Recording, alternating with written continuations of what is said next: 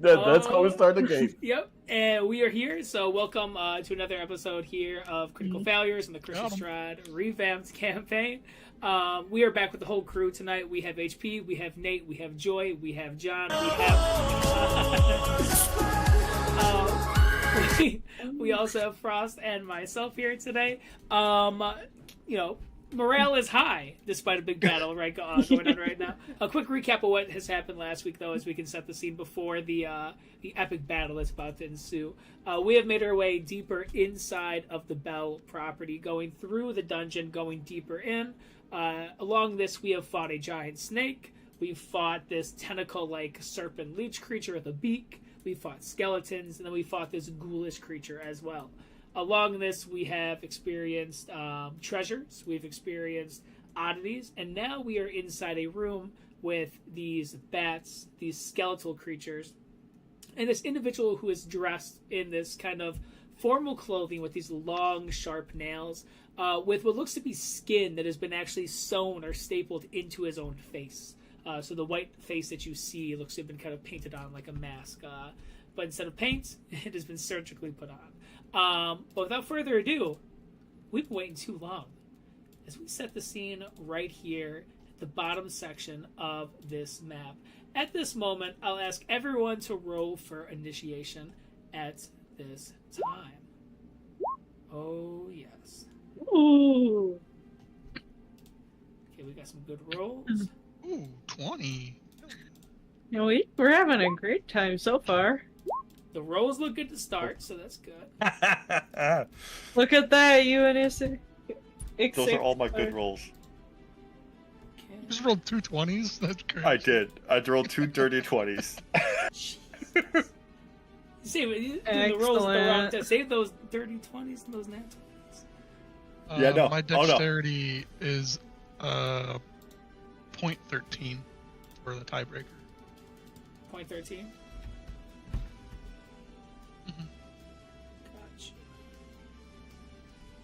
I should probably turn the tiebreaker on.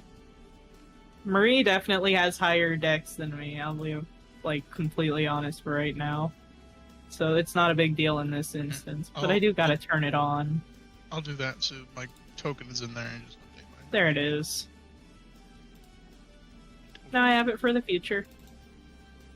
Then we have this one. Okay, so this is gonna be interesting to see how this goes right now.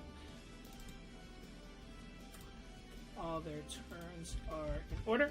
Okay, cool. So that's the turn order off there to the left, unless anybody needs to change anything. We will start combat at this time, setting the scene just on kind of what this area looks like. The portcullis in the back over here has closed with a loud slamming sound. So that has closed. You can still see through it and everything, but that is closed. You see that this is 5 feet off of the ground. All of this kind of stone is suspended 5 feet off the ground, as well as the thing in the middle of this island. This kind of brackish water is about knee-deep. It is considered rough terrain at this time. As we start combat, the Giggling Maw and Gastal, for the two of you, what do you guys do at this time? The Giggling Maw is going to come down to here. And it's going to start, I guess he's about knee height, I guess. So he's probably just jumping up, just kind of like gurgling underwater. But Gastal is going to look at the entity with the skin sewed to his face, and he's going to say, "Are you the one who killed the children? Or are you the one that ordered it?"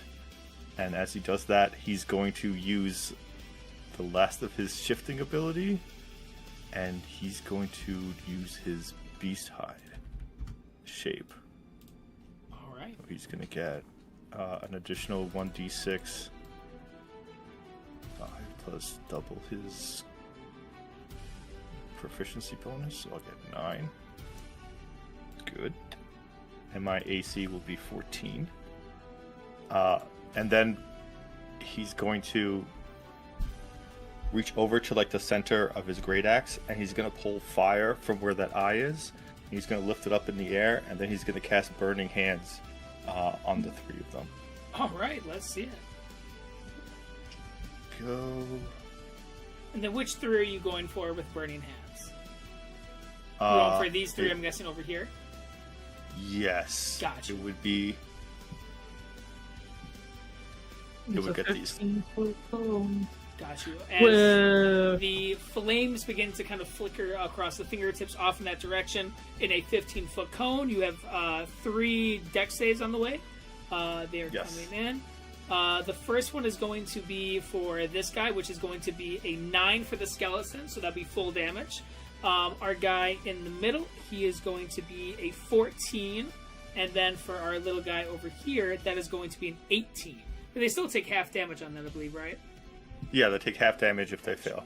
Well, this one is going to take all 10 points of damage, as you can see the flames begin to kind of scorch across the bones of it, kind of darkening it against the crackle.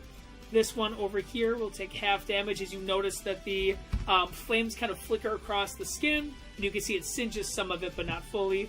This one down here takes half as well. You can see one of the wings is actually on fire. That kind of flaps, it kind of gets some of the flames off. It looks pretty badly hurt just from that singular attack. Across the board, they all look like they've taken good damage. Gustav, anything else on your guys' turn? Yeah, I'm going to move a step down, and then I'm going to end my turn. Perfect. As you go over there on this one, we will move on to Thalamir. Thalamir, what do you do?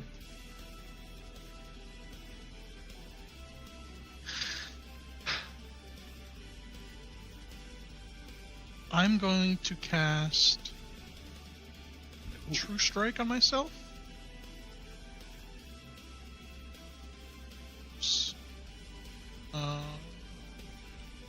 Will you make the attack roll with charisma? Or, if that's what you're Yeah, saying. I thought I could post the text for it, and it would tell you what it does. Oh, there it is. Okay. Yeah, you can. You got it? Yeah, you can just. There's a details thing.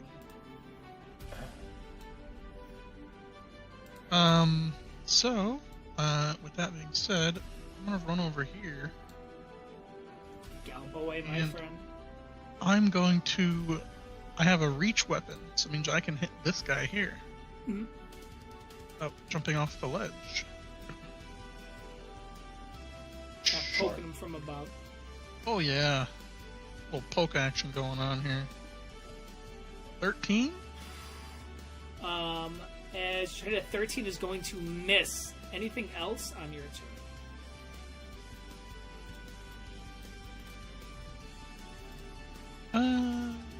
No, that's it for me. As you No, gallop across the side gonna- and no. slice, go ahead. You gallop back.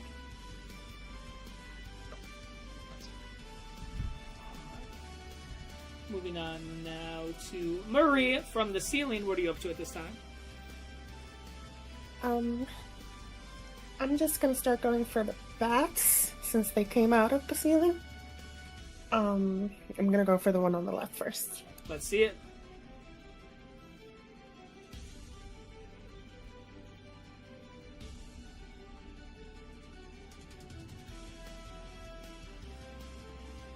Oof. All right, with the hand axe in hand, it begins to fly away at this time. As you try to swing with your hand axe, give me a d20 roll for that hand axe. Natural one. I believe It's fine. Great roll. 17. That's fine. As you swing away, you just kind of hack and slash with that hand axe. Nothing seems to have. Yeah, get it out of the way right now. That's good. But you're hanging on the ceiling. Anything else, Marie, on your turn? Yeah. I'm gonna keep trying. Keep whacking. Keep whacking away.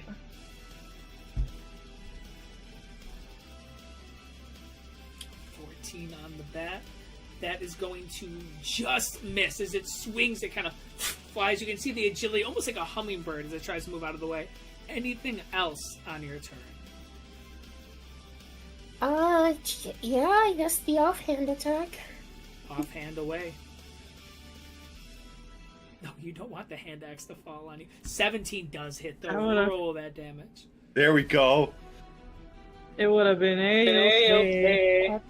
Just six damage. 6 is still good damage as you take out that silver dagger, and this time you kind of reach out and slice one of the wings. As you can see, the flesh begins to flap loosely, damaging that for 6 points of damage. Anything else, Marie, on your turn? Nope, that would be my turn. Gray, you're up. Alright, so each of you, my good friends here, will hear in their heads. I would suggest you close your eyes and your mouths and cover your noses and ears. Do not inhale for a little bit. As I said, this is in their head. None of the enemies are getting this warning as she slowly lifts the veil, and a massive burst after all of my friends cover their orifices. A massive burst of spores escapes from her. Ooh. Every enemy in the room needs to make a dex save. On a failure, the room begins to spin, the walls begin to melt. They begin to see colors and saturation that should not be there. I love it. As they are under the effect of psychedelics. Making them trip out, man. So Yep. you need dexterity love it. saves now or on Yep. your turn? No, it is right now. Gotcha. Until the end of my turn, they have disadvantage on attack rolls due to the psychedelics changing their vision. Got you. We have 11 saves on the way. I'm going to give you those numbers right now. Your DC is 13, so we're going to have a pass. Okay, so the beginning sucked. Pass, pass, pass. But Oh. fail, fail, fail, fail, fail, fail, fail. So it Alright. looked like it was. It looked like it was going to be a bad outcome, but no, only 3, which is our big boy right here, Yep. this bat over here by Jason, and the skeleton in the bottom right, which is kind of hard to see from right there. But everybody Got else it. has failed. I'm going to put a little thing on them just so I remember. Yep. But would you like to describe like how it looks, the psychedelic kind of hue to the room? As I quickly. Yeah, so like I said, she lifts the veil and exhales, and suddenly a huge burst of bright orange spores escapes from her. And those that failed the dexterity save, the room begins to spin, the walls melt, there's colors that weren't in this room that are now there, entirely saturated, and every person around them becomes very difficult to see, as if there's multiple of them moving around all at once. It's just a very trippy experience. As this place is absolutely tripped out when it comes to the psychedelic look. Anything else on your turn, as you have successfully been able to distract many of these creatures at this time? I'm gonna go ahead and say out loud, my abilities will probably not be of much use for this. Undead creatures tend to be immune to my capabilities. I will do my best to keep them occupied. And that'll be that. Alright. This is absolutely trippy. As you see, different hues and colors begin to shimmer across the area for them, as well as this kind of shifting kind of spectrals of different hues as well. We'll move on now to this creature, to this imposter inside this room. As he kind of begins to turn and move his body around, he looks and goes, "Have you no fear for your god, your king? I am the count. How can you not see? You're just sheep to me." As he does this, he begins to lift his hands up, and you see this bluish kind of energy begins to spectral out. And everybody within 60 feet, which should be the whole room, Yeah. give me... Hold on, let me find it.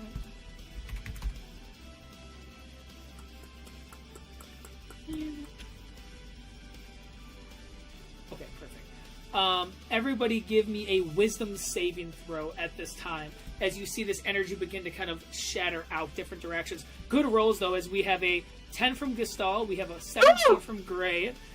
Oh my goodness. A 15 from Jason, a 15 from Palin, a 14 from Marie, and a 21 from Nate. Anybody who has a 14 or higher is fine. Anybody who is under is frightened until the end of their next turn, as in this creature. That was very personal for Gestal. Oh yeah. Wait, can I make an insight check?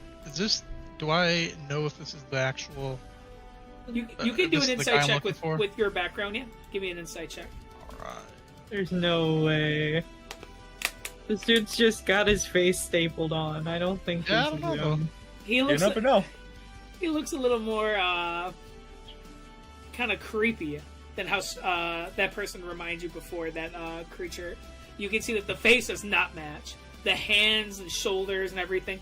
This looks to be a completely different person than who you are looking for at this time.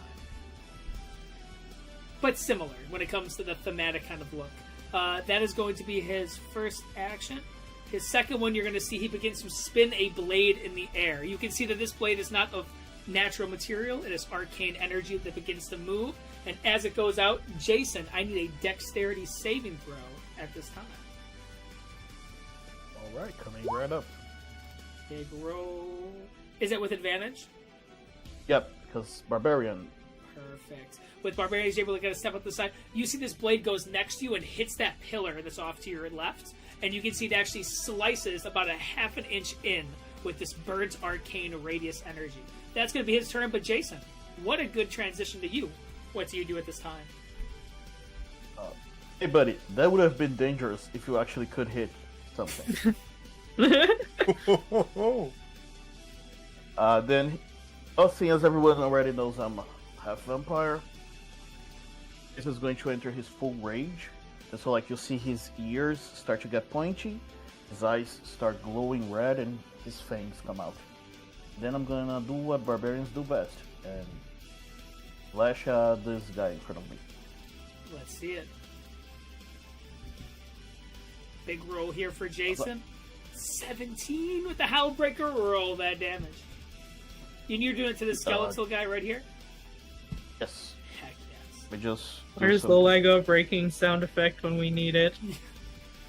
What is that? 13 points of damage, Jason. You are insane, my dude. As you slice with this blade, it slashes through, crackling the spine right in half like a thick branch from a tree. As you can just see that the top half falls into the water with a plop.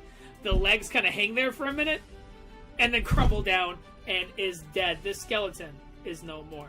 Like I said, Lego breaking sound effect. Where is it when we need it? I know, we need that little xylophone. Anything else at this time, Jason? Yeah, he's gonna point his sword towards the guy. Just be like, "Come on, buddy, give me a challenge." It's gonna be all for him.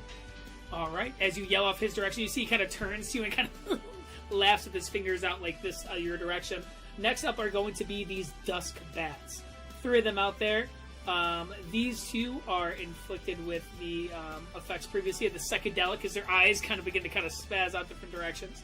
I believe the only effect they have is disadvantage, correct, on their attack rolls? Yeah, they have disadvantage on their attack rolls until my next turn. Got you. But vision is fine for them, I believe, right? Yeah, Just it tripping looks them out. funny. It looks funny, but it's not doing anything as far as blinding or anything like that. They just think of it as being like crazy blur. I love the components. You're just holding a little mushroom in the air and just everybody... You know, that's all I had to do was spew out the spores. Not even. It's all good. Oh, yeah. As they begin to move at this time, we're going to have this bat make their way over here. So you have one over here by you, Gastal, one by you, Jason. And then this one is going to fly up towards you, Marie, just because of you whacking it earlier. Marie, the first bat is going to try to bite you. That is going to be a nat 1. So as it's going to try to bite you, let me roll a d20. It's going to pass in the d20, but it kind of goes, and you see it goes full speed into the wall right next to you, thinking it's you're there. It kind of shakes its head, taking 1 point of damage, turning your direction and letting out this screeching squawk sound. But we'll miss that attack on you. Jason, 1 coming your direction at this time. That one does not have disadvantage. That is going to be a 16 to hit. Yep, that hits. You are going to take 4 points of piercing damage, and I need a Constitution saving throw. For some reason, the 4 points of damage are going to become 2. Okay, as it's cut in half when it comes to the damage. 15 on the save. Jason, you feel the teeth sink into you, and you can see that the teeth look gnarly with this kind of yellowish, kind of flaking material on there, but no ill effect to you at this time. That will be that creature. This one by you, Gestalt, that's going to be with disadvantage trying to attack you. It would have been a nat 20, but it was a net 1, as it is going to try to bite you at this time. D20 going its way. It is still going to succeed on that recovery, so as it tries to go, it actually hits the altar, knocking over a candle that shatters onto the ground, the glass holder, and it kind of like flops its way your direction, but does not hit you on that turn. Next up will be the skeletons. The skeletons begin to kind of move their way over at this time. This one is going to move up 5. This one's going to go 5. Cannot reach you melee-wise, so they're going to begin to kind of move up at this time. So they begin to kind of with difficult terrain as far as they can go. And this one can go. Okay. Palin just vibing in the corner. I love it. A melee attack coming to you, Gray, before we get to the range attacks. The melee attack is going to be a 17 to hit on the melee. Is that with disadvantage? That is with disadvantage. The other one. Alright, that still hits. With that one, still hits. Damage-wise is going to be 5 points of piercing damage as it kind of pokes you with this rusted kind of sword. This one back here is going to try to do a range attack on you as well, Gray. This one also with disadvantage. Would have been a 19, but it's going to be a 13. 13 misses. That is going to miss. This one is going to try to take a shot over at Marie on the ceiling. This is also with disadvantage, Marie, as it's going to try to shoot you with a short bow. That's going to be a 12, which I believe is going to miss. Mm-hmm. This one is also going to try to take a shot at you, Marie, as well. This one does not have disadvantage. That's going to be a 17 to hit. Misses. As it kind of shoots and kind of skids against the wall back there, missing the target. These two over here, coming to you, Gestalt, both are melee attacks, one with disadvantage. We'll do disadvantage first. That's going to be a 12, which I think misses. And then the other one is going to be a 19 on that one. That hits. Damage-wise, we are looking at 5 points of piercing damage for that. Jason, you have one trying to attack you with disadvantage as well. That is going to be a 14 to hit. I'm sorry, did you say mine was it 5 or 4? Yours was 5. Okay. And then, Jason, does that hit you or does that miss? Misses. That's going to miss. All right, as that attack goes there, we'll move on now to Palin. Palin, seeing these creatures try to slosh through the water, begin to try to shoot with the short bow, shoot with these small different weapons at this time. What do you do at this time, Triple P? Jump down into the water. Move over here to my friend Jason. Splish splash. I'm hitting the skeleton.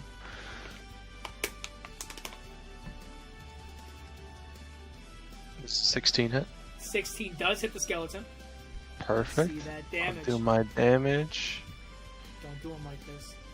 He was just a boy. That'll be 9. Still barely alive with a 9, and I mean barely. Do you have anything else? I do not. Nope. As you jump down and you slice, you actually knock the head off of the skeleton, but the body's arms reach out towards you, still alive, but barely. Next up is going to be top of the turn order again with the Giggling Maw at this time. Yeah, that extra dagger would have got it done. Giggling Maw at this time and Gestalt. What are the two of you up to? He's going to... all the monsters can hit diagonally, but he's going to take No, he's going to move down here, so he's still in range of both of them. He'll just hold right there for now. And try and climb onto the staircase so he's not drowning the entire time. But that'll be it for his turn. And then Gestalt, in his cowering fear, is going to look at this entity and say, I might be frightened, but that does not mean I don't stop fighting. And I'm going to lay out another Burning Hands going out.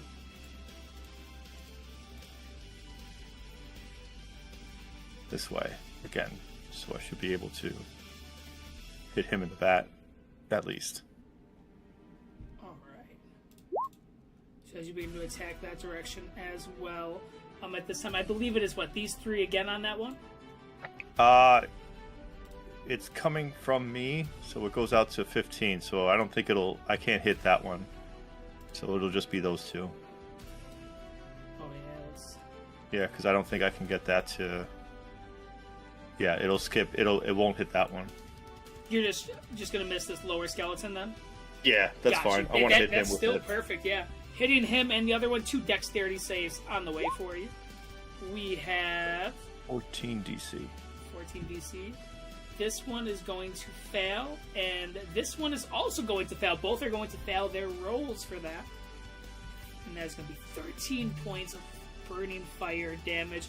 We love to see it. As it scorches across the body, you can see that it is not resistant to fire, but you can see it actually begins to burn some of the skin as it looks, and you actually see some of the face begin to kind of melt off and burn, revealing this kind of rugged, leathery skin below. This bat, though, is dead as hell from that. As you scorch it alive, it actually turns and falls onto the ground and burns into a crisp. It's like bat on a stick at this point. It is dead. Anything else for you or the Giggling Maw at this time? No, that'll be it for now. Perfect. Okay, as we transition over to Thalamir.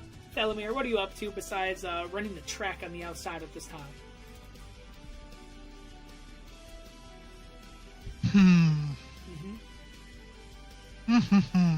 Alright, here's what I'm gonna do. I can see that Gestalt is kind of in danger a little bit. He is. Getting a little surrounded. He's holding his own. I'm gonna try and help him. I'm gonna try and help him a little bit. Okay. I'm gonna jump down. Splash. And then like this. I'm gonna run through here. I'm gonna take the opportunity attack. Wait, no, I don't have to do an opportunity attack.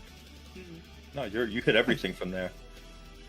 And I'm going to touch Gestalt on the shoulder.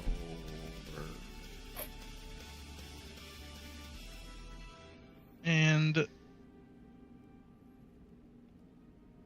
going to say, I see that your anger runs through you.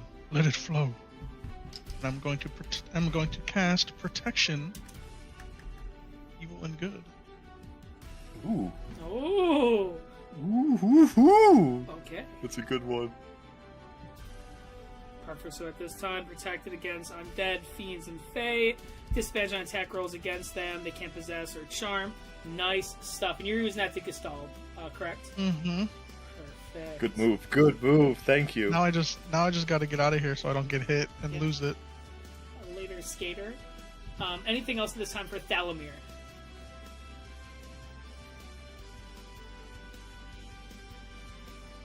No, All right. Then I think that's protection. gonna be it from me. Then protection from good and evil. That will be casted. You'll be hanging tight over there. Marie, chilling on the ceiling. What are you up to? Hanging out with the bats. Yeah. I'm gonna bonus action go for a bite on the bat. Oh, Ozzy. It's funny, I brought that up earlier in the text. You gave me the idea. Thank you very much.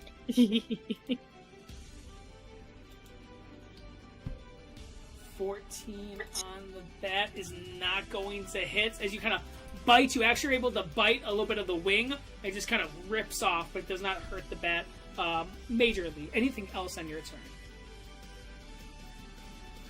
I'm gonna try to bite again with my action.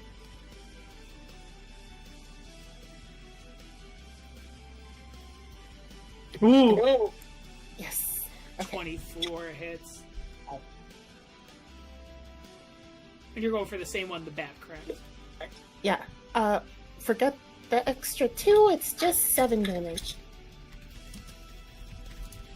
7 damage is enough, though, as you're able to go there and kill this bat, bludgeon it to death as it just falls into the water and kind of just bloop, floats there and kind of just floats across the surface at this time. When I bite it, can I tell if it is undead or a construct? I think You those are the ones. you can tell by the flesh and from the inside that it is indeed an undead creature. It's been kind of kept out. Damn it.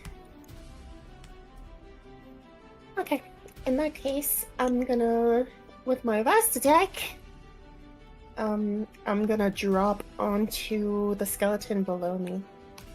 Alright, feel free to fall onto that bad boy.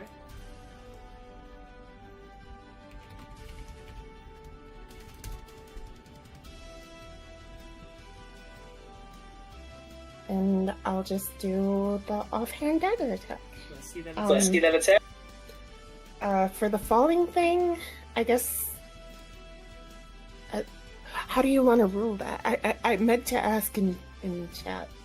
To see if you can just fall on it for damage, or Yeah, with the attack. yeah, you could do that. And if it hits, we can add an additional d6 when it comes to like the falling damage. If I hit 19. 19 definitely does. Okay, in that case, I do 3d6. Yes, for that because you're falling. Yeah.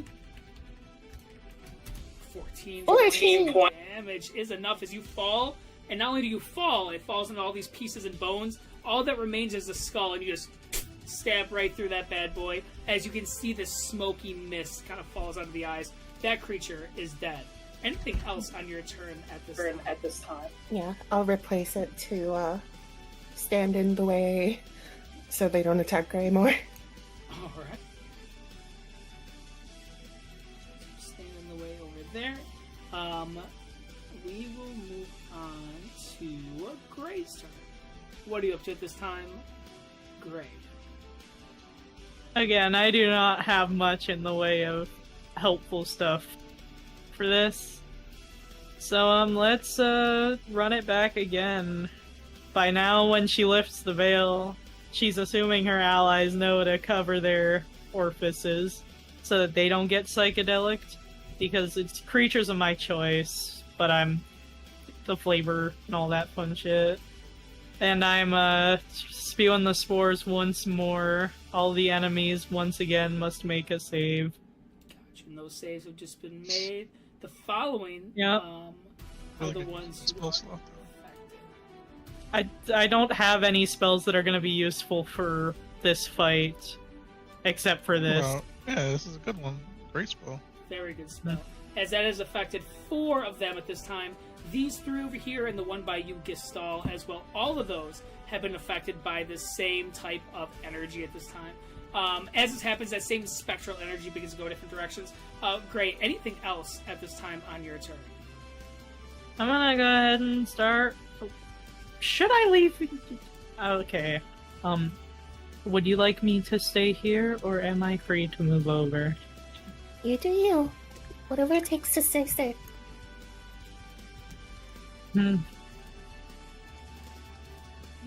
I'll go ahead and step in the water, it's fine. Splash, splash. As you go inside the water, at this time you just see some of the remains of some of the dead bats floating, as well as some of the bones of the skeleton that have been kind of replaced at this time. Gray, anything else on your turn? Nope, I'm gonna just stand right here, ready to be an additional target. Alright, then moving on, we'll go to the Count. As the Count looks up the horse, you can see his eyes kind of brighten at this moment for the centaur. You see Thalamir. This individual looks at you and goes, "So much potential in you. You could become my midnight steed, but you decide to be a rotten horse." As he begins to swing with his claws at this time your direction. First attack is going to be a 21. Yo, that's Damage on that attack is not too bad. It's going to be 7 to start. That is going to be slashing damage and 1 point of necrotic damage as well. Secondary attack, you see that his mouth opens, revealing what looks to be this metallic, dare I say, grill that has been in its mouth with these 2 sharp fangs that hang down.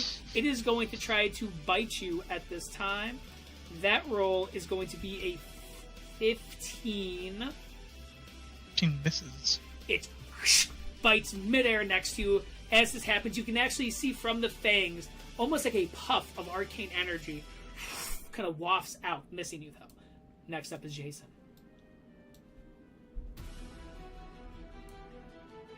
Oh, I'm gonna stab the bat that is near me. There's one guy here. Away. And I'm gonna do it recklessly. The only way to do it.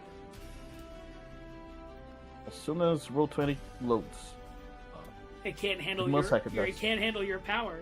That's what it is. Hmm.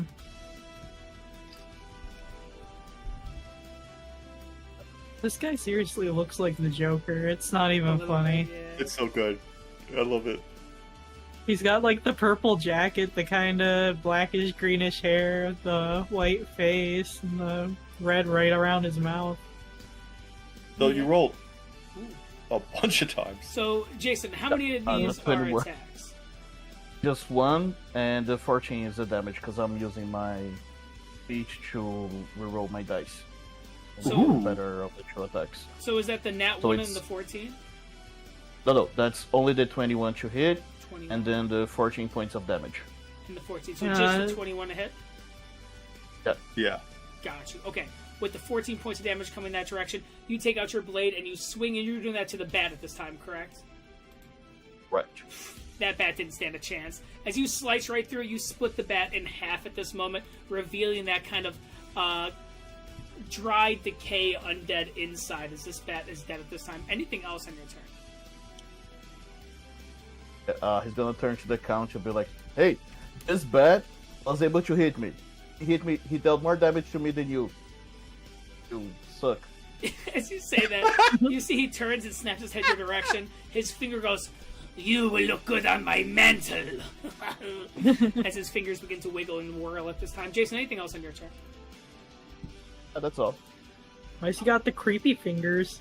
And speaking of those creepy fingers at this moment, what you notice is you can see as his fingers begin to kind of dance around from this, you notice appearing from that spectral mist around him.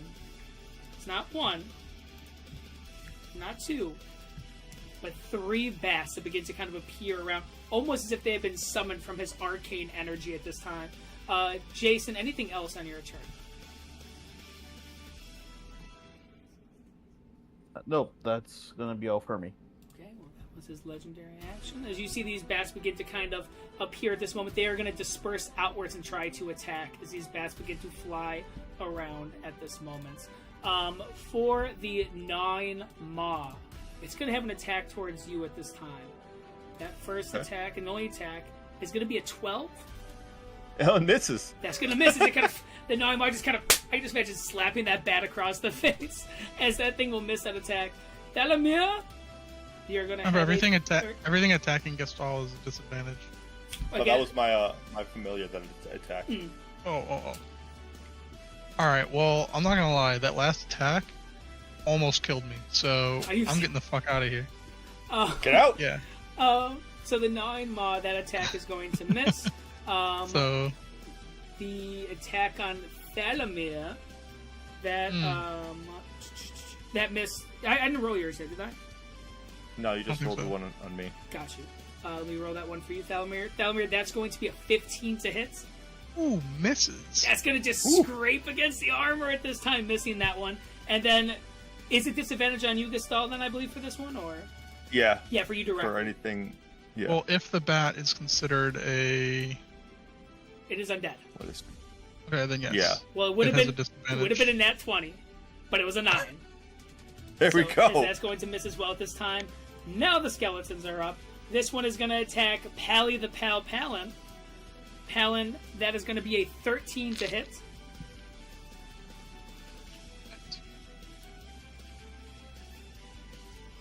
I think you said hits.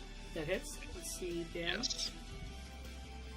That damage is going to be 6 points of damage from that. That's going to be bludgeoning. I'm sorry, that's going to be slashing. This one down here is going to try to attack over at you, Marie. That's going to be a 19 to hit. Ooh, just barely hits. As it scrapes and just hits you on that one, that's going to be 7 points of damage for that one. This one is going to move up 1 with disadvantage because of that. That's going to try to attack you, Gray, but with disadvantage. Yep. It would have been another... These are horrible. That is a great spell. That would have been another nat 20, but it's going to miss. And that's going to be a 9. Love disadvantages Yes, here. that is huge. That one is going to miss at this time. This one over here is going to try to do a ranged attack. That is going to be on either Marie, Gray, or Gestalt. So 1, 2 for Marie, 3, 4 for Gray, 5, 6 for Gestalt. It's going to be Gestalt. Gestalt, as that shot goes your direction this time, that's going to be a 15 to hit. Does it have disadvantage? It's undead, so it has disadvantage. It does have It disadvantage. had disadvantage anyway because of the psychedelic. It's double disadvantage. And that's going to be a 15. It should just miss automatically. That's going to be a 15 Nat 1 and fish. a 13. All right, Crit that 13 fish. will miss. 13 is going to miss as that shoots off your direction. These two over here are going to try to do their attacks with disadvantage. That first one is going to try to attack. Would have been a 17, but it's going to be a 13. Misses. The other one would have been a 21. It instead is a 12. So that is also going to miss at that time. Nice. Palin Wow. Pal. That was huge. That's huge. What are we up to, Palin? I'm gonna hit this one.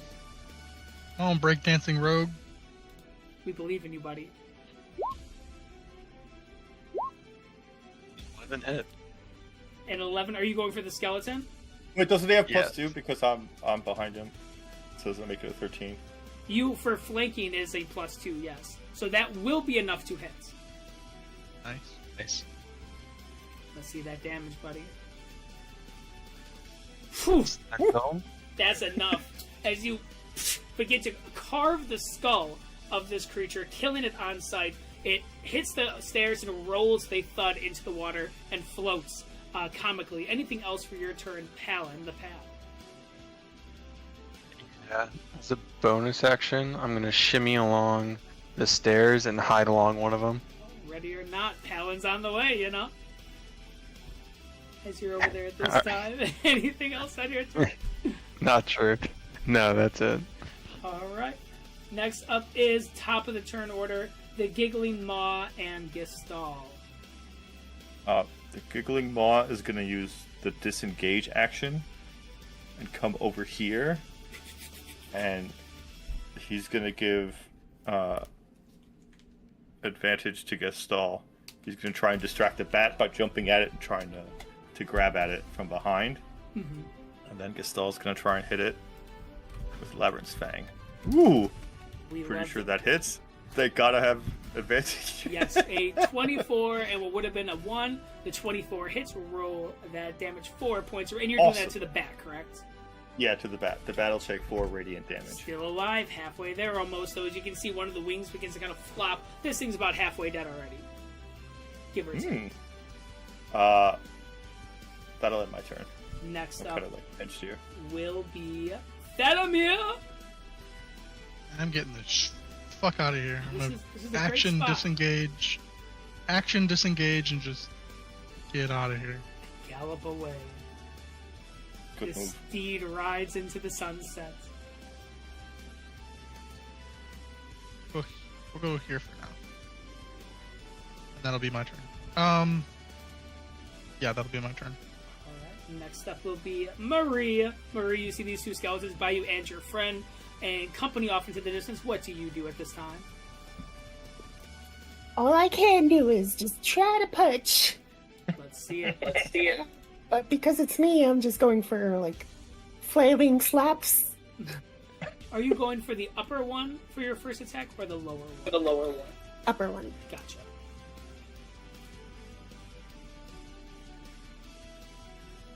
Rolls on the way. Oh man. Dirty 20 hits. Let's see that damage. Oh my goodness, 11 points. Oh, and is that bludgeoning damage I see?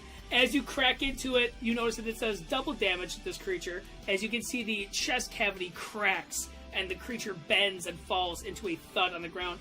That skeleton is already no more from that attack. Anything else on your turn? Nice. This action, kick the other. Oh my goodness, let's see it. Baby roll. A 16 hits.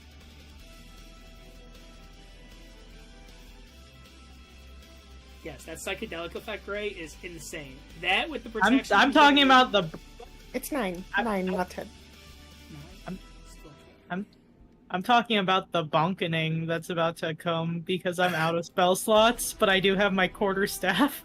Well, the bonking is already beginning as Marie kills the first one and then kicks the other one off to the side with 10 points of damage with vulnerability. That is enough to kill it outright as you kick the head and it actually skips off into that trash pile and the body just falls back with a splishy splash. Marie, anything else on your turn? It's happening, guys. It's happening. Let's go. Alright. I'm gonna... I'm just gonna jump to the one in front of me. Okay. So you make your way over there at this time. Anything else, Marie, at this moment? Light stab!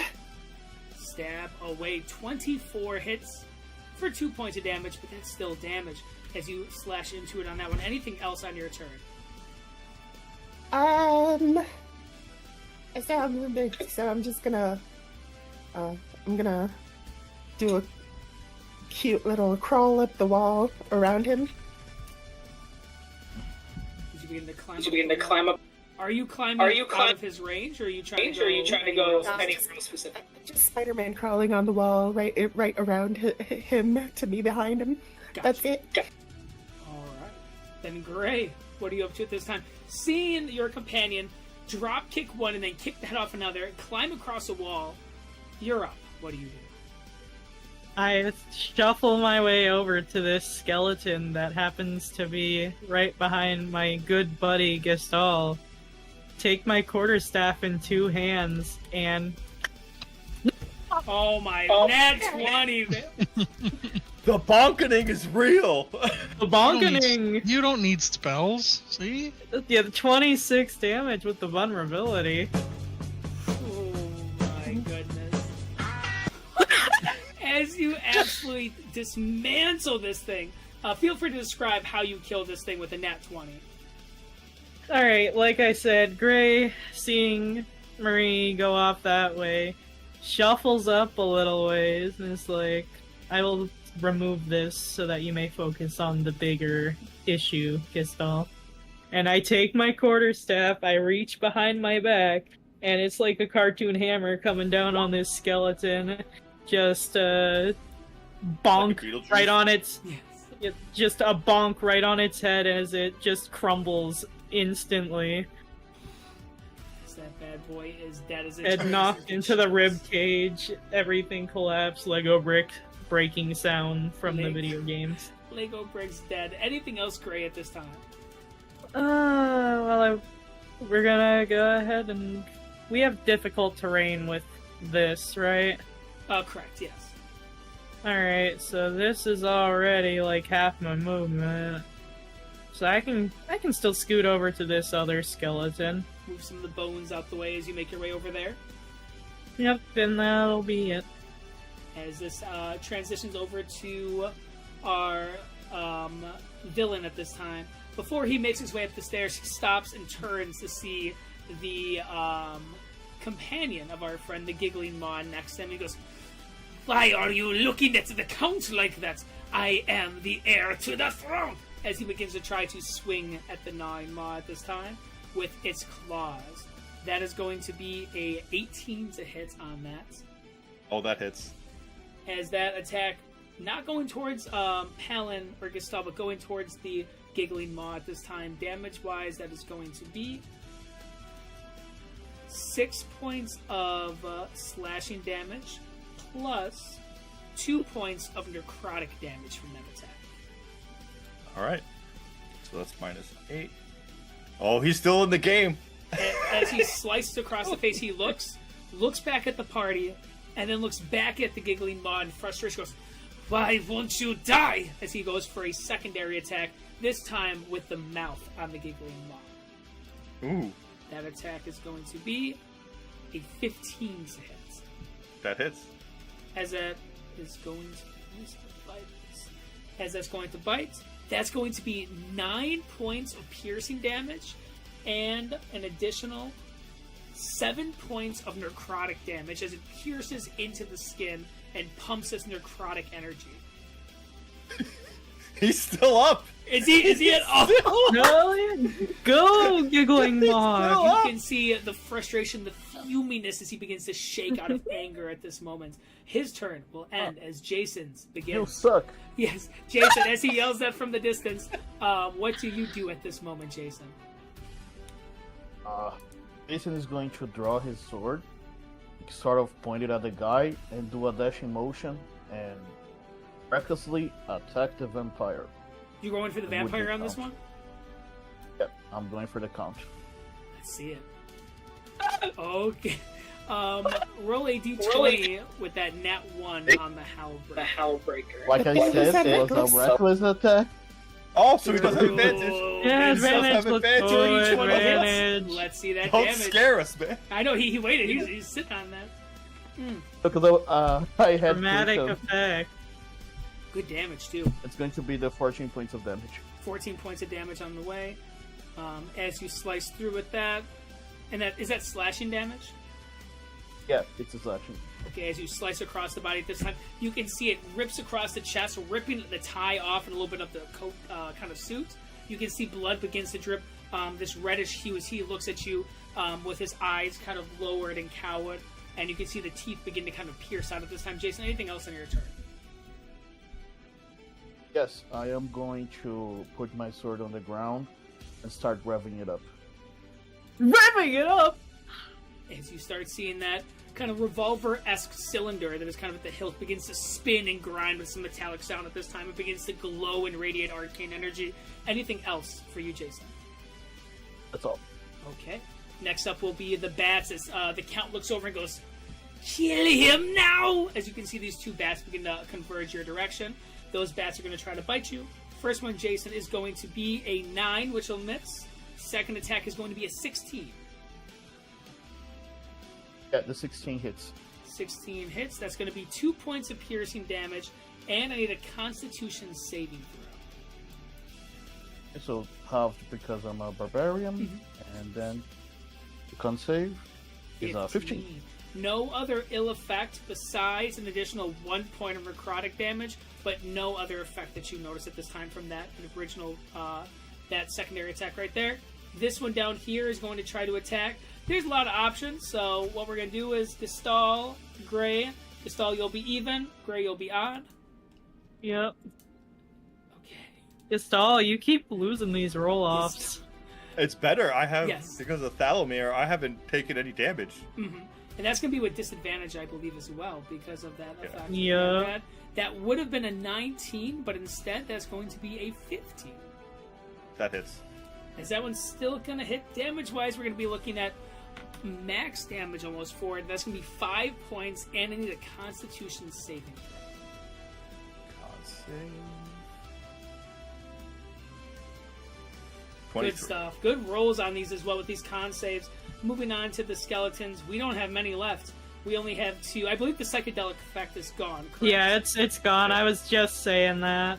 Gotcha. Yeah, it only lasts a round, but it hits a wide area, so it's worth very it. Good. That's a very good spell. You have 2 attacks coming, one towards Gray, one towards Marie. We'll do the one on Gray first. That one's going to be a dirty 20. Yeah, that hits. Damage-wise, that's going to be 5 points of damage on that. And then the one towards Marie, that is going to be a 15, which should miss. Alright, moving on at this time to Pal. What do you do at this moment? Slide over this way and swing at this bat. Swing away, my friend. The pumpkin is in full-fledged right now. It's a ghoulish time. 19. Oh, my goodness. The rolls are getting spicy. Pumpkin pie. Let's see that damage.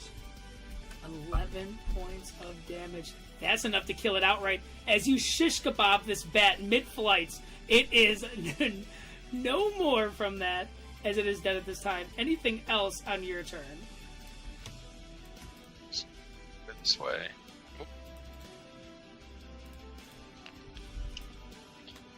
Which way is old boy facing this guy right here?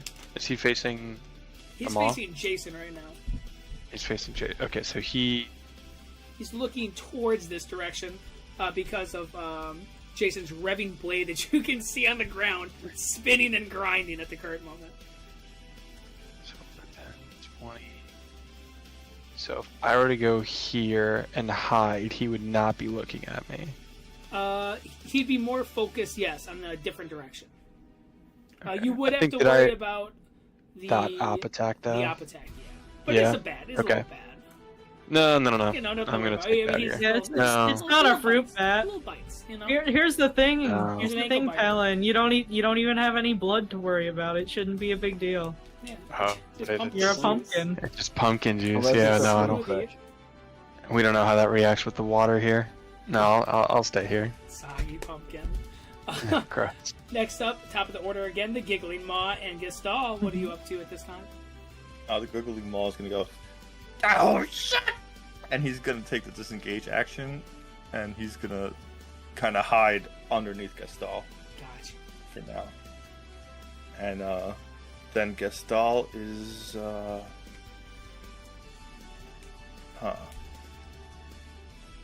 Gestal's actually going to. Let me move him over here. No. Gestal is going to move up here. Mhm. And then he's going to try and swing on the Count. Now, would you get op attacked from that skeleton right here? The skeleton, yeah. With disadvantage, though. Yeah.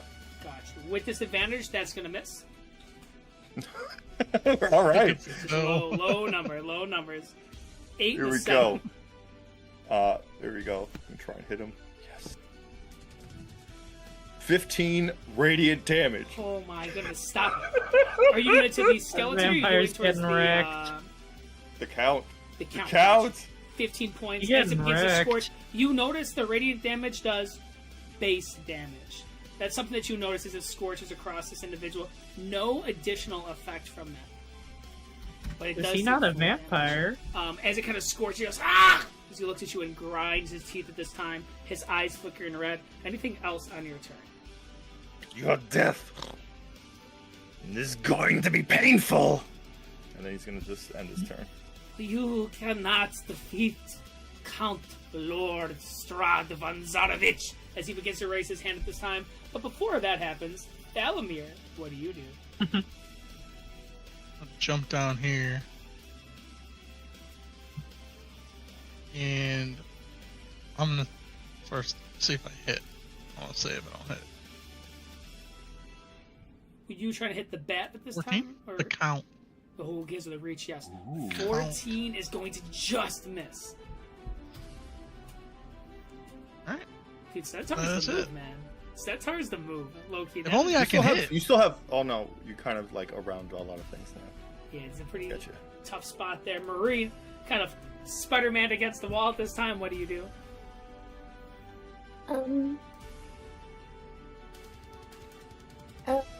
Yeah, I'm just gonna tackle this thing for a headbutt. Let's see the headbutt. 16 hits. Let's see that damage. My goodness.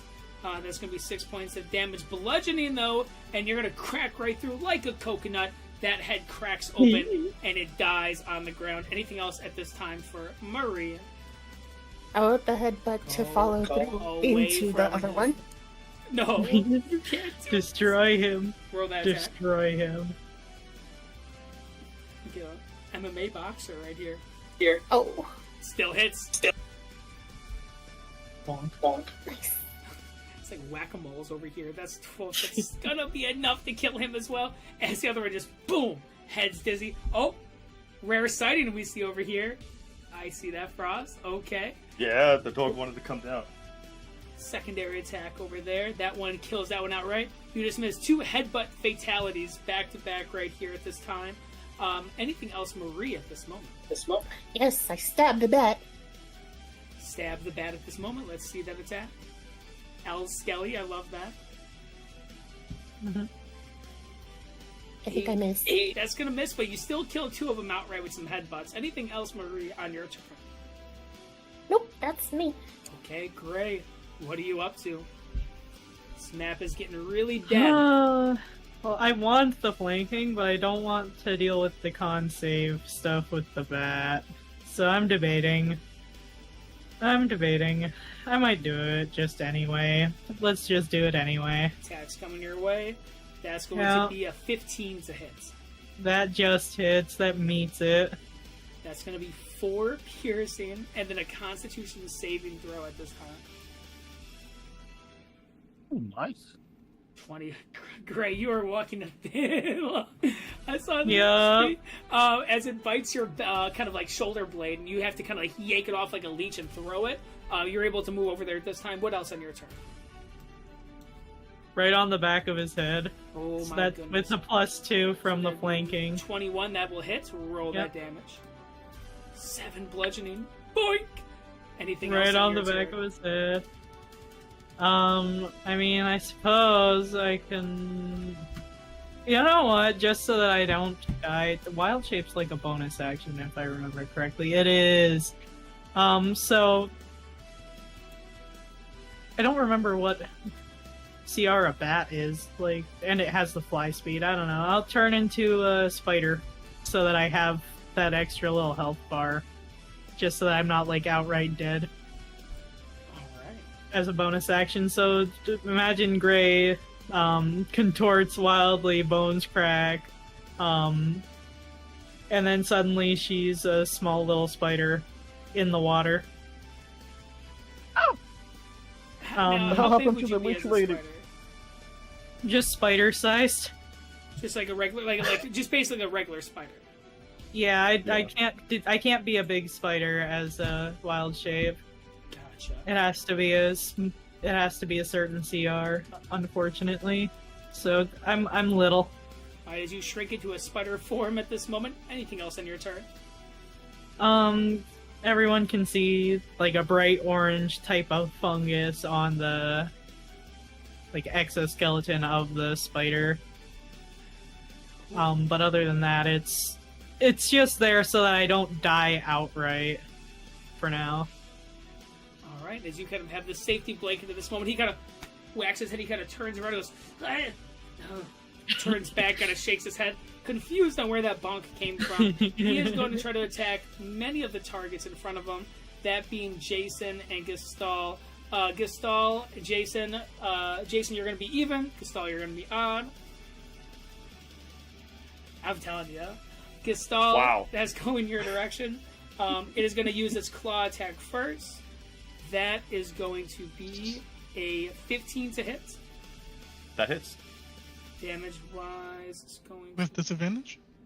Yeah. right with disadvantage. We reroll. It would have been. Oh, higher. was it? I thought it was- that would have been 21 on the secondary roll. But it'll just be the regular attack. Damage-wise, that's going to be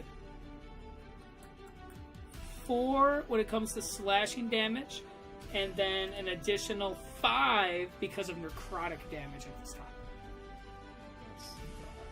Okay. As it slashes with the first, and it slashes again, blood begins to kind of trickle from the different wounds across everybody at this time.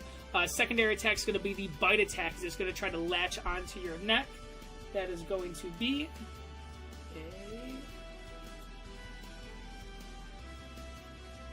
I think that's going to miss a 14. Oh, no, that's my AC. That is going to hit them. Damage-wise is going to be 4 points of piercing plus an additional 6 points of necrotic damage. That will be him at this time. Jason, you are up. Great. Oh my goodness. Jason will finish revving up his sword and fire up the Hollow Breaker. As he finally finishes, like the sword is fully revved up, you just hear this loud boom, like this loud roar as the sword comes to life. and I'm gonna stab this guy in front of me. All right. Is that going to be a melee attack with the blade? Yes, sir. Let's see that attack. Oh, critical! Let's go! Woohoo! Let's see that damage. Come on, buddy. You can do There it. is. Ooh. It's a There's lot. some fire damage, like in there. Mixed in if there it helps. somewhere. Is there any more Oh, damage helps. on this rope besides that? No, only that. Okay. Then with that blade, What about your rage damage? slice and It's there. rip into it. Hello? 22 points. You can see. What is the 46 for it there? It's because It's a I crit. critted. Did you not press the crit? No, he did. On the He first rolled it one? because his weapon is I did- 2d6. So the crit has Oh. a 4d6. I just pressed it again because of my feature. I wanted to see if I could get higher than 22. Yeah. So 22. As you stab into the chest, you can see that the blade goes right inside. You can see blood begins to pour from the wound, from his mouth, from his ears and eyes as he looks at you, and you can actually see him kind of smile, and you can see the little stitchings of the face skin that he's kind of sewn on begins to kind of flap and peel off, revealing muscles and different kind of mush that's inside the face at this time. He looks at you. Jason, is there anything else you do on your turn? Jason, Stu, while catching him, is going to ask, before you are dead and buried forever, what is your name, creature? My name is Strahd Varnzarovich. That is my name. I am the heir to the throne. Very well then, Strahd Varnzarovich, or whatever it is. You shall die. As you say that, this attack is going to come from this bat over here. That is going to be a 18 on Jason. The hits? Damage is 5 and a con save. The 5 gets halved to 2 or 3? We'll do round up, so 3 for that. On save. Okay. You Okay. feel the bite. You feel kind of singeing, kind of sharp pain in your shoulder. Nothing happens. That's what happens from that bite right there. This bat down here is going to try to bite at Marie at this moment. That is going to miss, as that's going to miss at this time. The skeleton, I don't think there's any left. No, they did. But as this happens, you notice from this southern section that there begins to be a swirling of the bones and garbage as mist begins to fume, as rocks begin to kind of scatter from the nearby sides. These are things that you notice. But before we get to that, Palin, what do you do on your turn?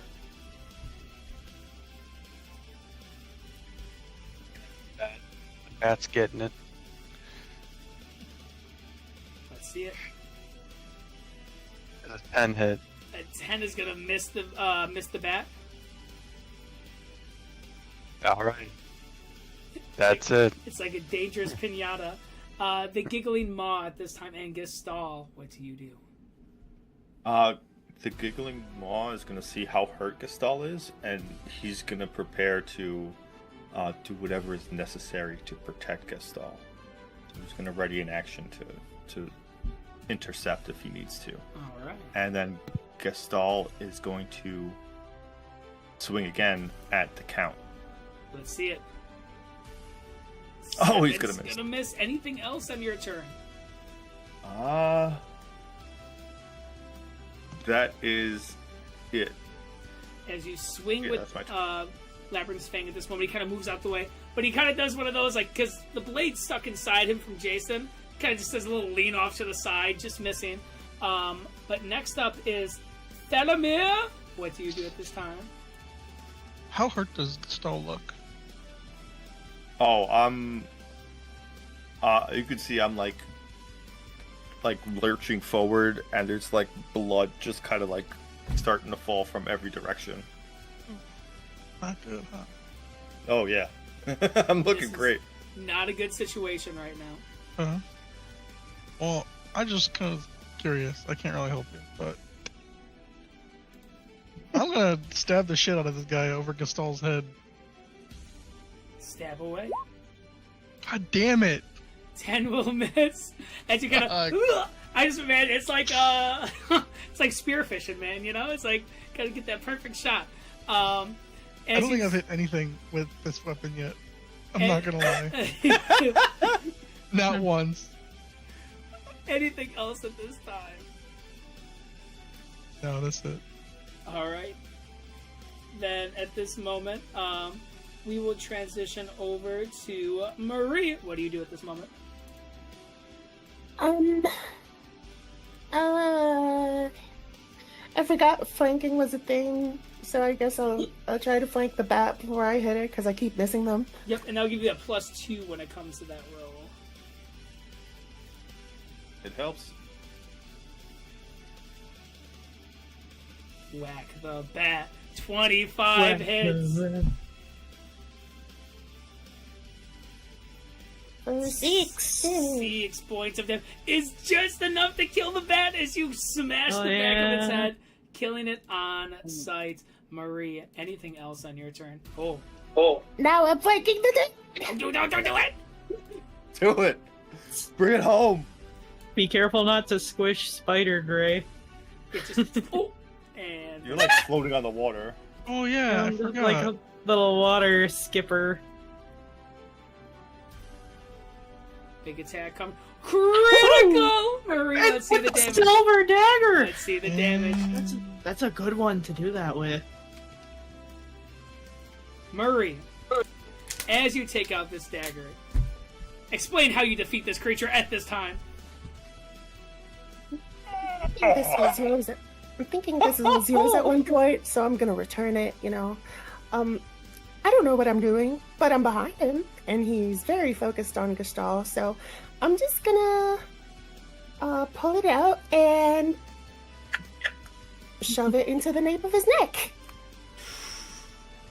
Alright, and as you shove this silver dagger into the neck, you can see blood begins to splatter and spray across the ground, covering covering Gestalt, covering Jason and company with this blood that begins to splatter out of the throat. As the silver dagger is sliced out, the body hits with a thud. And as this moment happens, Marie, you notice, and for all of you notice, a thick fog begins to envelop the area from that section of debris. And as this begins to kind of make its way, moving fast inside the room, I need all of us to give me Constitution saving throws at this time. Alright, 7, 11, 18, 5, and 19. Okay. So as this happens, this fog begins to go in. Doesn't matter if you can breathe or not for this, as this begins to kind of envelop the area, causing blur, causing these different effects. Palin, as this happens, you watch as this creature dies, but you see everything begins to lose its detail. Everything begins to fade away, almost like you're going into a tunnel. As this is happening, is there any last kind of quick actions or things that you say before you fade out at this time, Palin?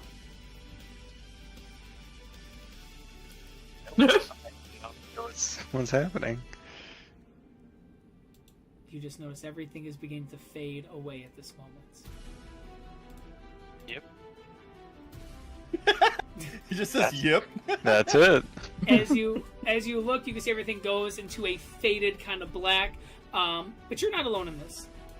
As for our friend, where is it? Jason, you look and see Palin goes. You can see he falls into the water. The light of his lantern head goes dim and kind of douses out. But as you look, you begin to lose sight of him as you also fall into this kind of misty fog. Anything you say or do in your final seconds as well, Jason, at this time? Jason's gonna rapidly try to get Strahd's head. Like, he's gonna grab his small little blade, his side blade, to try and cut his head, and then he's gonna fall into the water. Give me a dexterity check at this time. See if you're able to get the head cut before you fade out as well. No. 6. You grab onto that, what you think is the hair, and then when you yank, it's just one of the dead bats that have been floating around as you're just holding it, and then you fade out at this moment. As, Oh shit! Well, My camera just took itself out. oh no. Whoops. Besides that, Thalamir, for you, as you watch, Oh, no. as you see Jason just picks up a bat, looks your direction, and then fades away from sight. Is there anything you do at this time as well?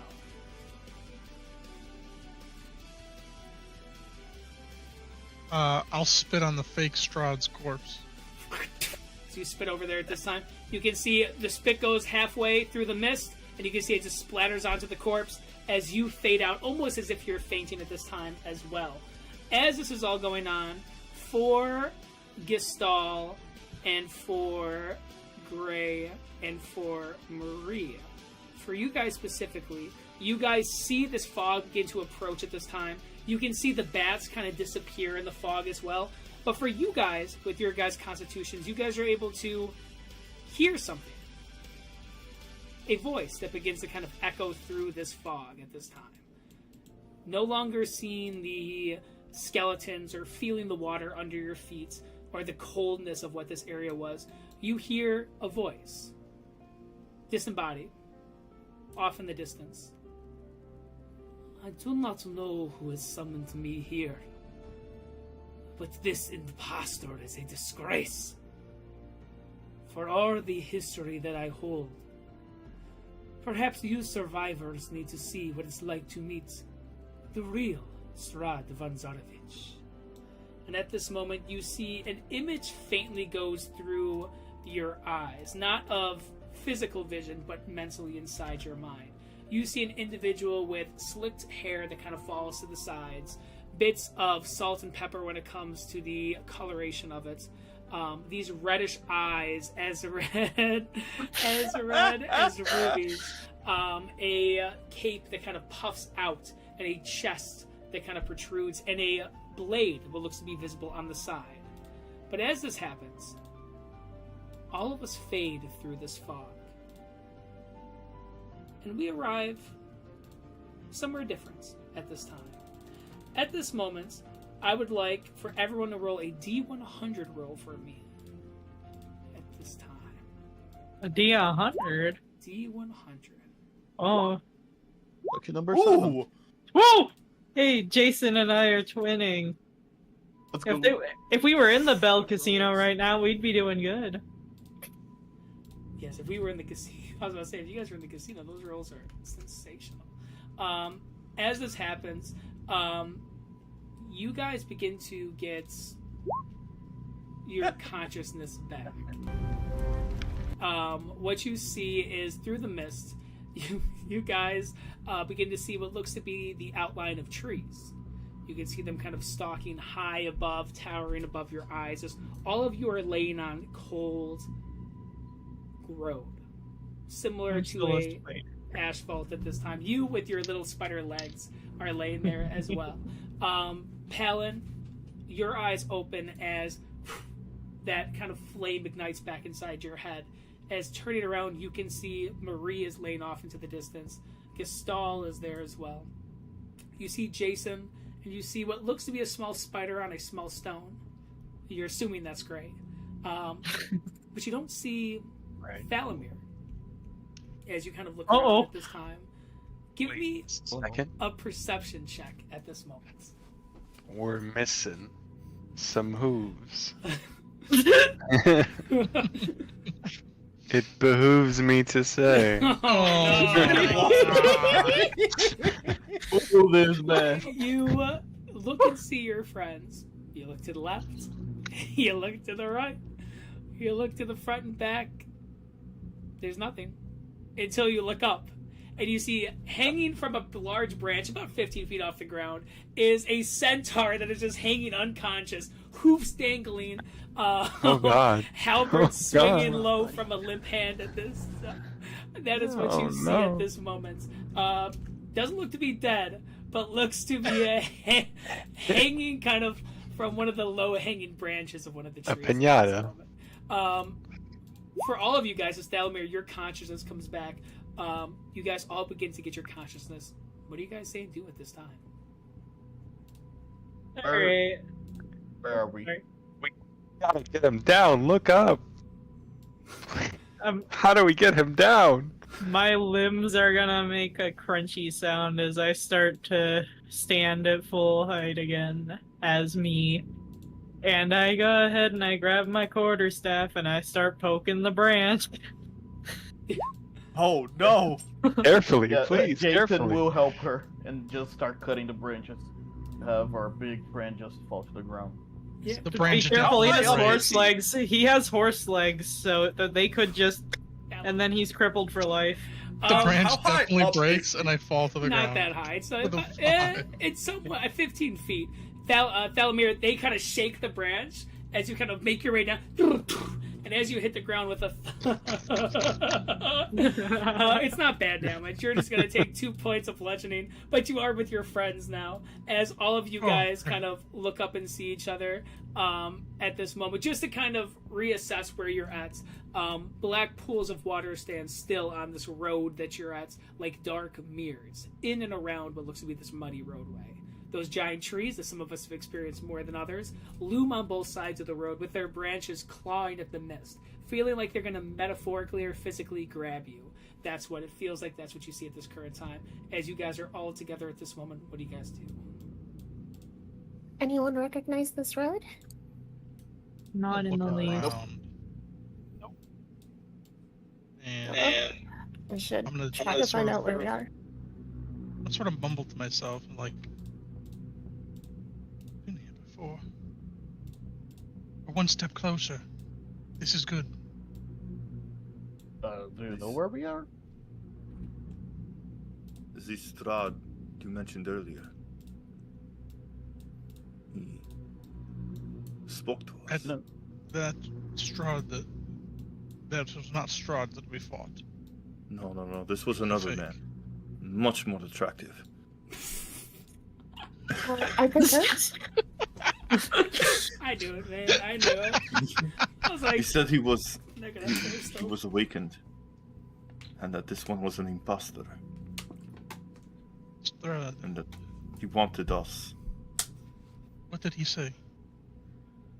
He said that this one that we fought was an imposter. And that he wanted us. He said that we should meet the real one. And then everything went dark. Well, we are definitely closer to him than we've ever been. Barovia. Have you Why heard of do that? you?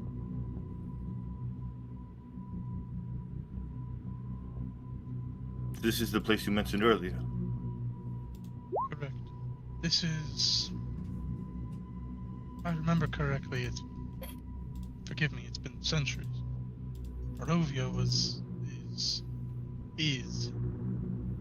Strahd's little play world.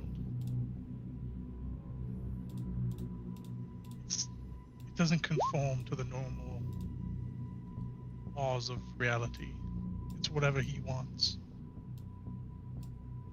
We were sent here. This is where all my men died. And afterwards, Strahd kicked me out. I've been trying to find a way back ever since. But You got lucky. this domain is where we will find Strahd. How did we get that?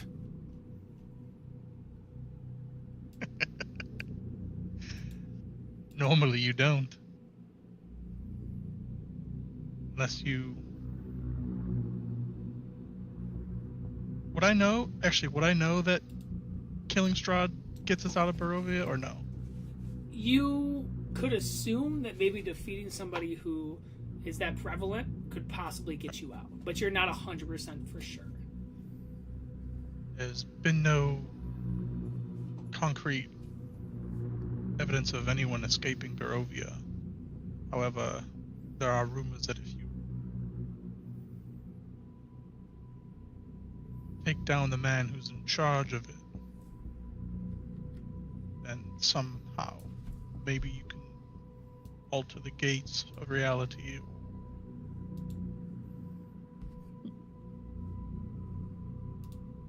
Out of the gates of reality. That's It sounds ridiculous. I understand. But you will see, once you're here, it will start to make more sense. This place is like nothing any of you have probably ever seen. This place is not on any maps. It's his own world. It's his own pocket reality. Could I roll something? Just to see what I remember of like my dad's research related to places like this. Yeah, feel free to give me a history check at this time.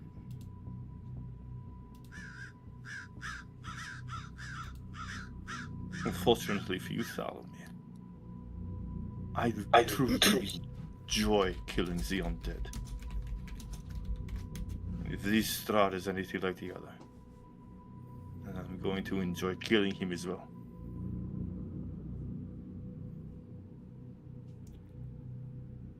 With that, Marie, you think long and hard about some of the memories and connections and stuff that you try to connect with at this time. But with the things that have transpired in the past hour or so, and with this transformation of scenery, you're just trying to get your senses together. Your brain is overworked, to say the least, at this time. And going to a place like that would be a little bit difficult on the psyche at this time.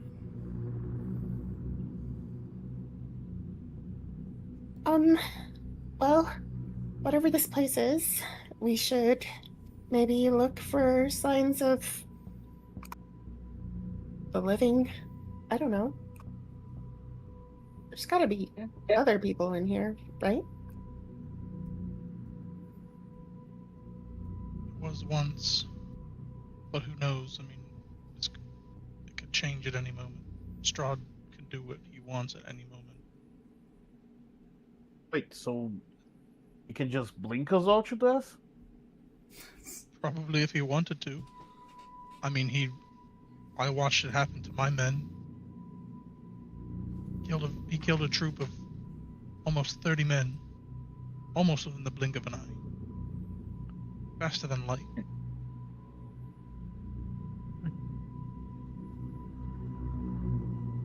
Or were they strong?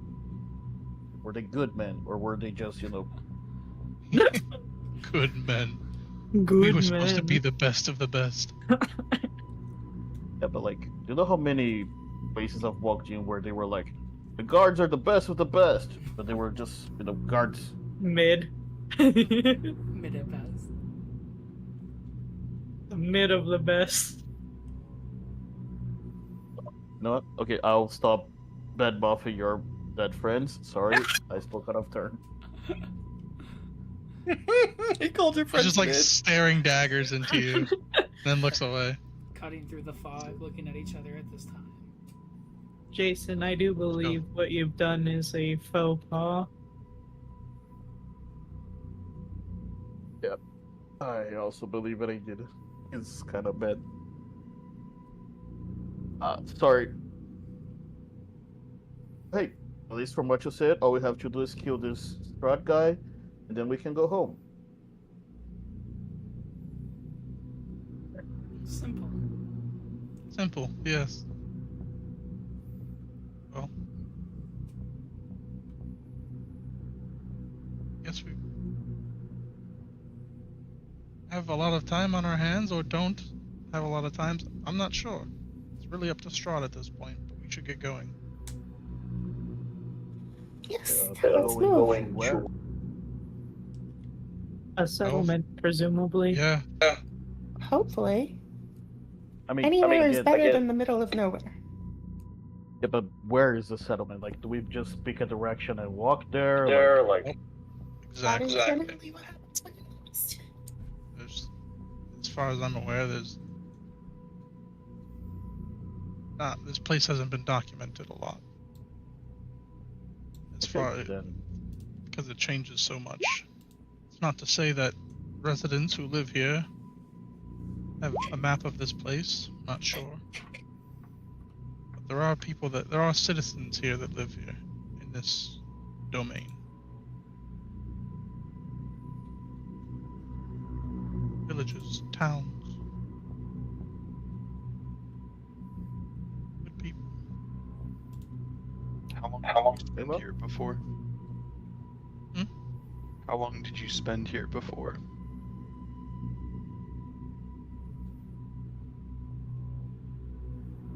Only a few days.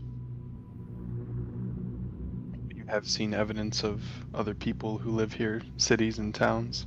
Absolutely. And are they people that he's stolen from different areas as well? As far as I'm aware, yes, actually. He's people that were born here, their ancestors were probably taken to fuel his god complex. He's To strapped. feel all high and mighty about being the overlord of some shitty pocket domain. He's trapped people for generations. Probably thousands of years. He doesn't sound like a great guy.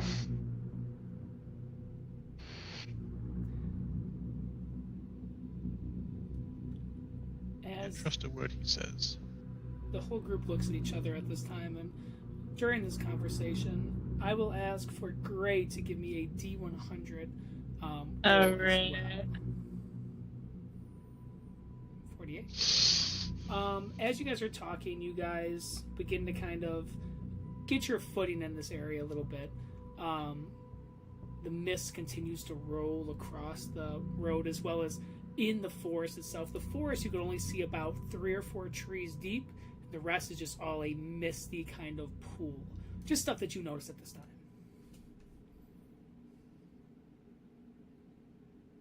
Well, shall we continue? Perhaps we can walk and discuss.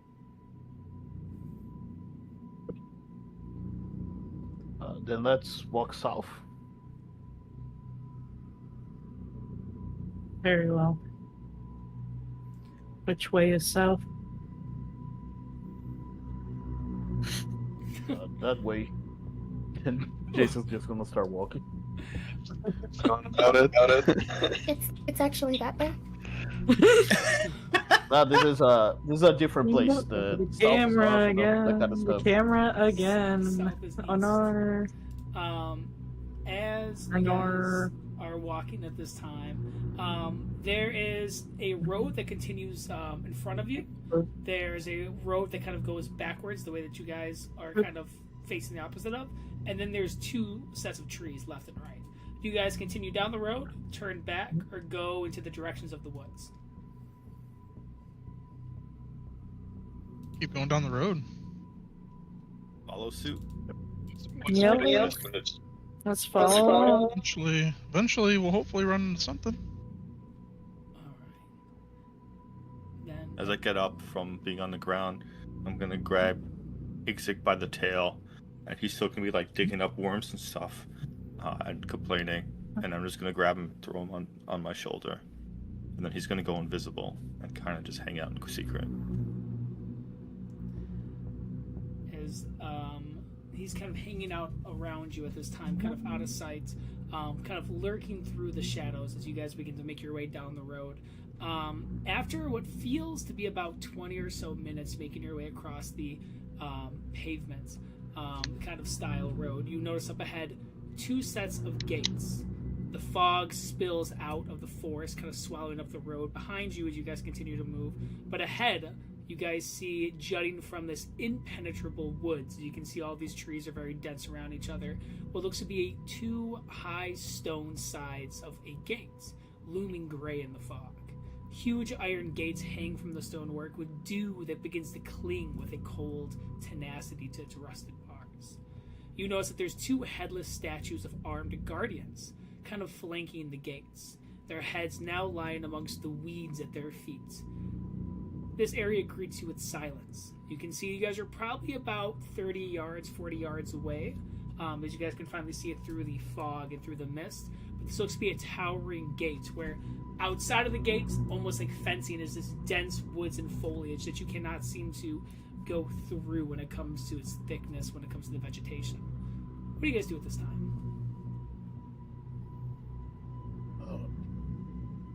You guys, I think. Do you guys see a lake or something? I think I need some. Do you guys have water?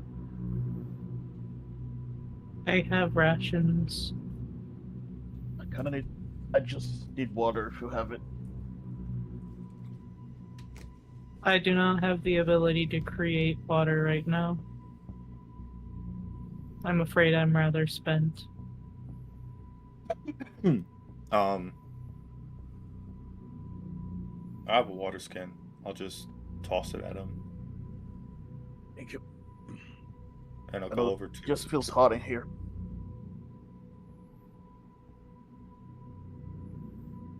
I'm gonna look over to Marie and I'm gonna go.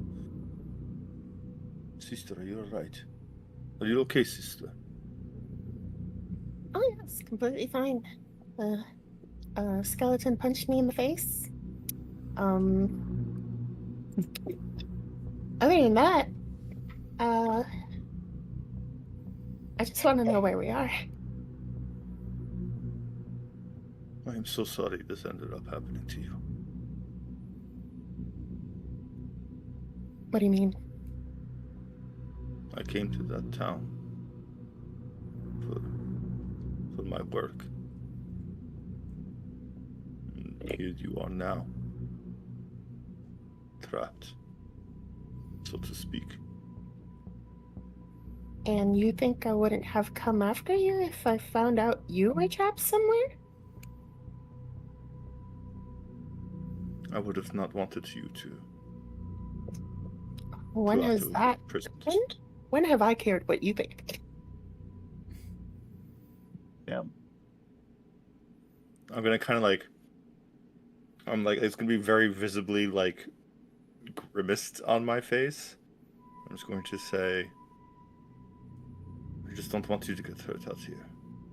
And I fear we might have stepped into a worse situation than we are prepared for. Well, like always, I'm gonna have your back, and you're gonna have mine. And I'm sure we'll get out of this completely safe and sound.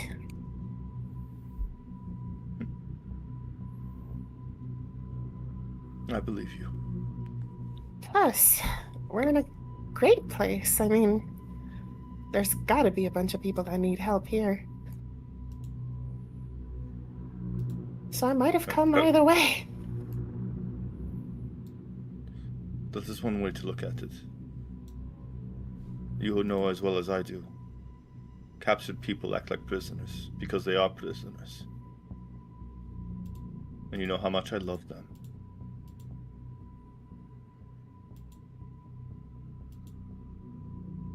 You're gonna hear this like from like an invisible area.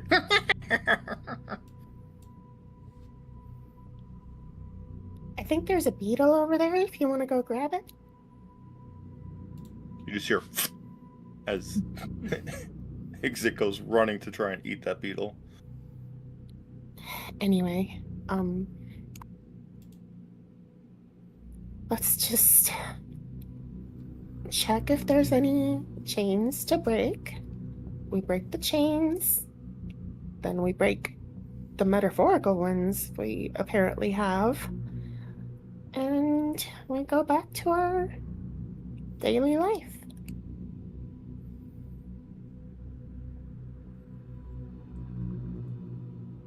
It's always so impressive how things never seem to get to you. Oh, you know me. I know you all too well. And I'll like nod and kind of make my way back to the rest of the party. Yeah, as soon as everyone's past me, I take so many swigs. As you reunite with the party at this time. Do you guys approach the gate, or do you guys do anything else at this time in this area? I'm gonna hang back a little just because I know my appearance draws attention, even with the veil covering everything up. Just because, you know, the veil in and of itself is weird. So I'm hanging more towards the middle or back, trying to kind of hide amongst our equally strange friends here. Can you remind me what the building looks like again? What kind of building is this? You are looking at a gate. That is. We don't see a building though. You do not see any buildings yet.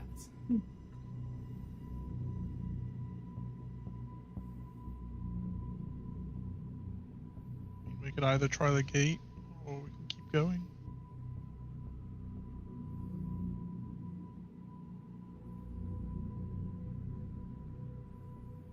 Cannot stay out here in the woods. You're the one that is from here, Salomir. So you should be the one that makes these choices. How late is it? Looking up at the sky, you can tell that it is about midday. You're probably looking right now at noon. But the coloration is not that of any hue coming from a sun. Instead, what you get is everything around you are variations of gray, black, white, and a little bit of green that just touches some of the foliage in the top of the trees. But the sky itself is murky, it's cloudy, and the sun is a glowing orange that shimmers and shines and reflects across the branches of the trees, kind of giving it this kind of pumpkin color, similar to that of Palin's face. That's the similar hue. Well, maybe whoever's here could aid us with directions of some sort. We also need to rest. I'm sure most of you look pretty beat up. Let's take a moment to rest. I'm gonna go and push the gate open. As you walk close to the gate, the second your fingers touch it, the gates begin to slowly creak their way open just from your touch alone. The gates creak and whine as they open up fully, revealing the road continuing off more into the distance. You guys continue.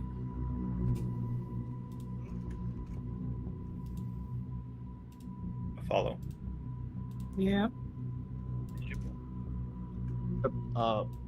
Jason will also start to look for like a house or any signs of structures.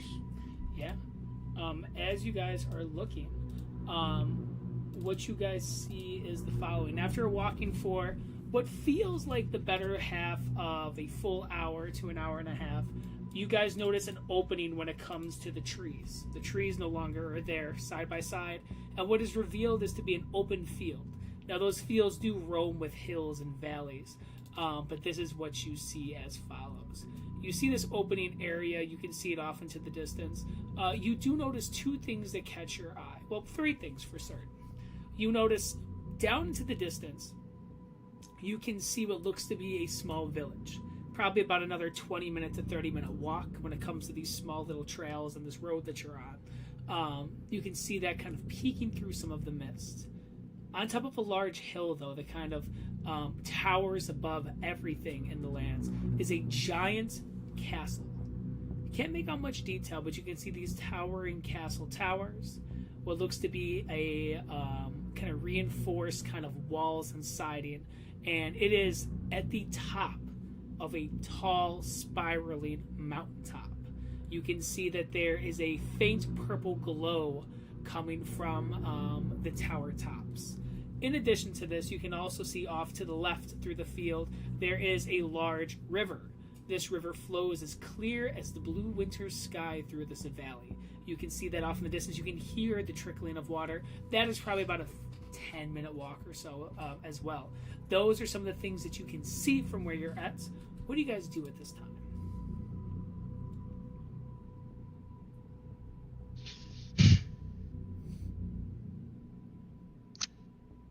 Would I recognize that as the castle? You can recognize that as, yes, indeed, the castle. So, do we want to go there, or do we want to avoid that? We definitely do not want to go anywhere near that castle. Not yet. What is anyways. that castle? Is that Strahd's castle?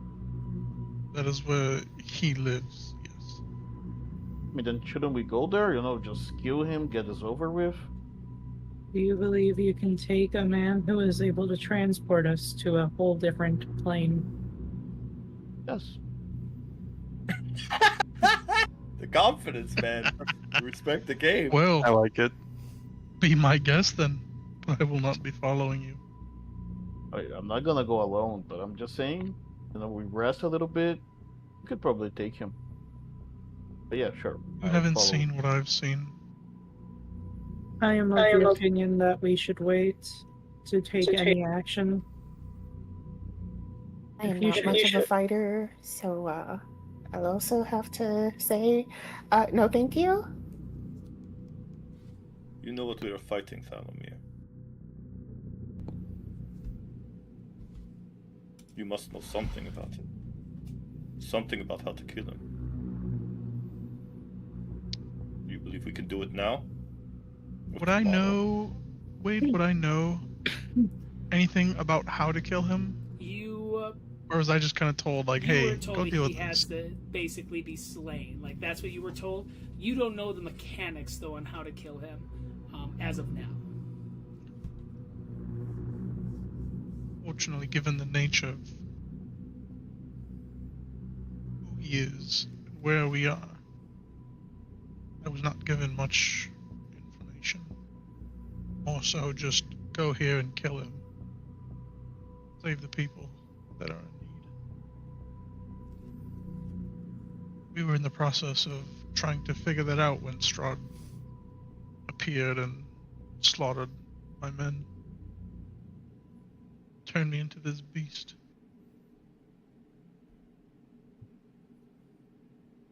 Okay. So, no, I really don't know much more about him in general.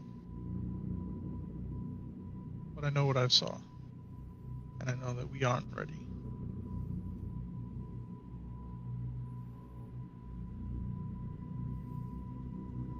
I agree. Maybe we can talk to some locals, see if there's something that maybe he has a vulnerability, maybe there's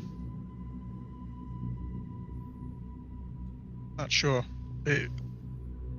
But the locals I think would be our best bet. Start there.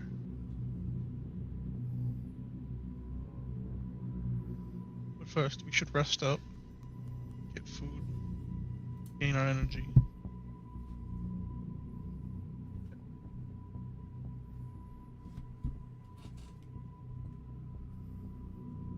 Should we make camp here? Like, an open field seems like a good spot. If anyone tries to approach us, we can see them from far away. That is a town. Oh, Is there's there- a town nearby. Oh, sorry, I did not see it. Never mind, I'll shut up. You are acting strange even for you. You're hot yet. And I know not of your kind ever getting so hot. I'm gonna look at Jason. I'm gonna really look at him. Do I notice anything about him? Give me an insight check. Specifically, like his physical features? Insight? Yeah, insight check.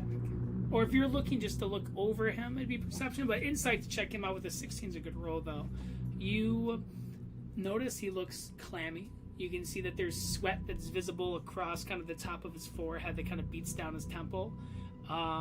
You can see that under his red, kind of reddish eyes, you can see that there's a little bit of this sunken kind of like bags to them. He just looks to be exhausted or drained at this moment.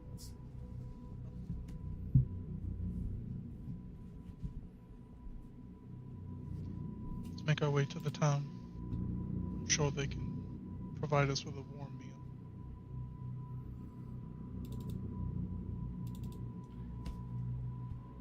As you guys begin I'm gonna continue towards the town and view. Yeah. I follow, and then I reach out to Jason for my water skin. Oh, yeah, sorry. Here you go. I'm gonna take it. I'm gonna take a swig of it, close it up, put it back.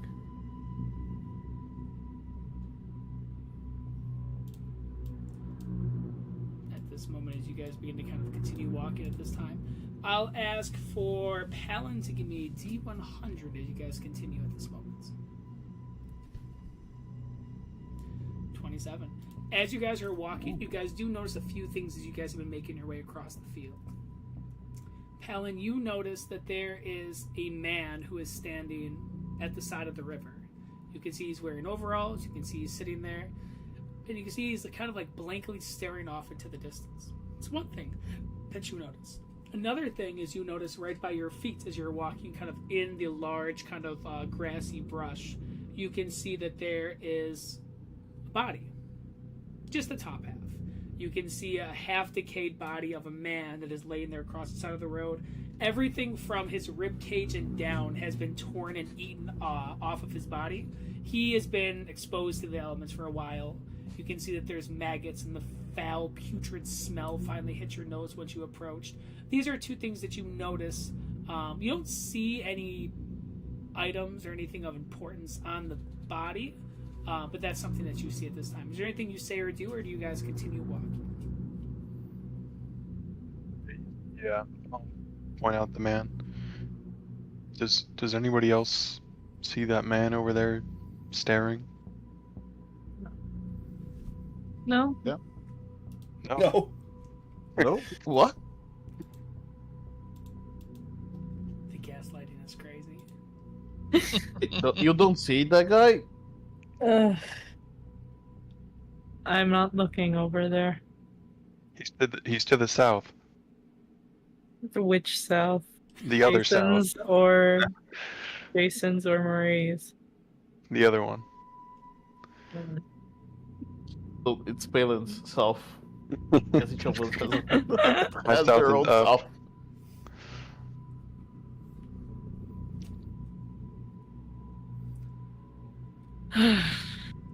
Someone, Then you going?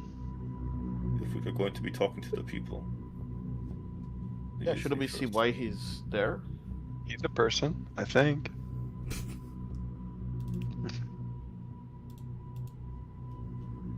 Is it? It's not the Elamir, dead body did- we're looking at, right? It's not the same person, right? We're not looking at the dead body. We're looking at the guy standing in the river. Yeah, I'm asking if it's the same person. The face looks God. unrecognizable of the body that is on the ground. The skin is so decayed and kind of picked from creatures. You can't really make out any connection. Good. Yeah. I mean, I'll do it if no one else wants to. I'll follow you. I want to see what is up with that guy. Talk to him too, yeah.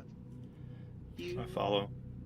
who does everybody approach, or does anybody stay back from this individual? Just a group of people rolling up to this guy. Yeah. You know, let's go. It's our fishing spot. Is our fish That's spot up. I'll just say hello and wave from a distance to give fair warning, not surprising. You begin to approach this individual. What do you say specifically as their back is towards you as you're approaching? Just hello. Are you from around here? No response. Okay. Can I just can I see if this guy's breathing or anything like that? Can I see if he passes the vibe check?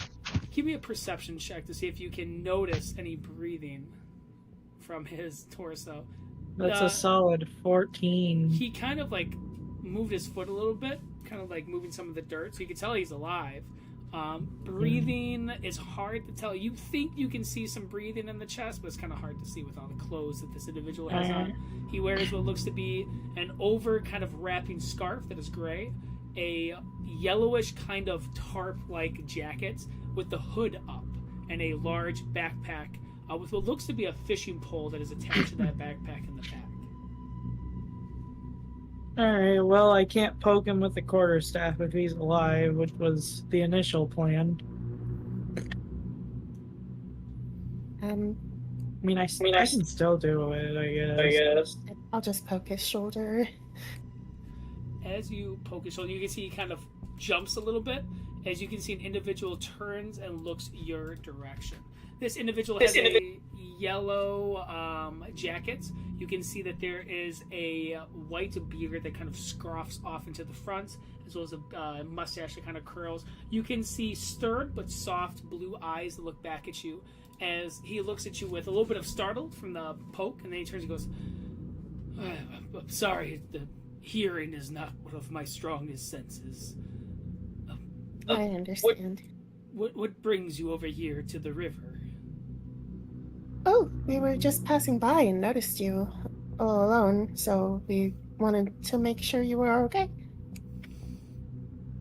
He kind of gives you a stare, and he begins to kind of look at the people behind you, looking at the centaur, looking at Gray and Palin. You can see his eyes kind of widen. He goes, so he must have sent you to take me, huh? My prayers have been answered. You're here to take my soul, aren't you? No. What? Do you want your soul to be taken? Taking your soul? No, we're not taking that. Is this a Who way do you pray to? I pray to the Count. I've been praying every night to the Count for the last 28 days. And Yeah, the Count's dead. he looks at you and goes, but that can't be. The castle Nah, he's light dead. still flickers. So you actually worship Strahd? That's my whole life, but ever since my son has went missing, I pray to Strahd every night that in returning him I would give my soul. And I've sat by this river ever since, the place that he got lost. And this is the first time anybody has ever shown up to the side of the river. And he kind of looks at everyone and goes, and the uniqueness of this group, I assume that, I hate to say it, but you were some of his henchmen who were ready to take me. No. No. Not at all. But we can help you find your son. If you want. But you're not Strahd henchmen.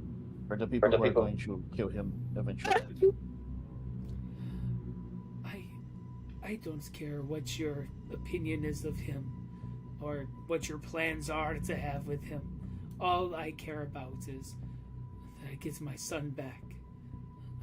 I took him fishing on this river about a month ago. And we'd go here every single day together to bring some fish back to the village.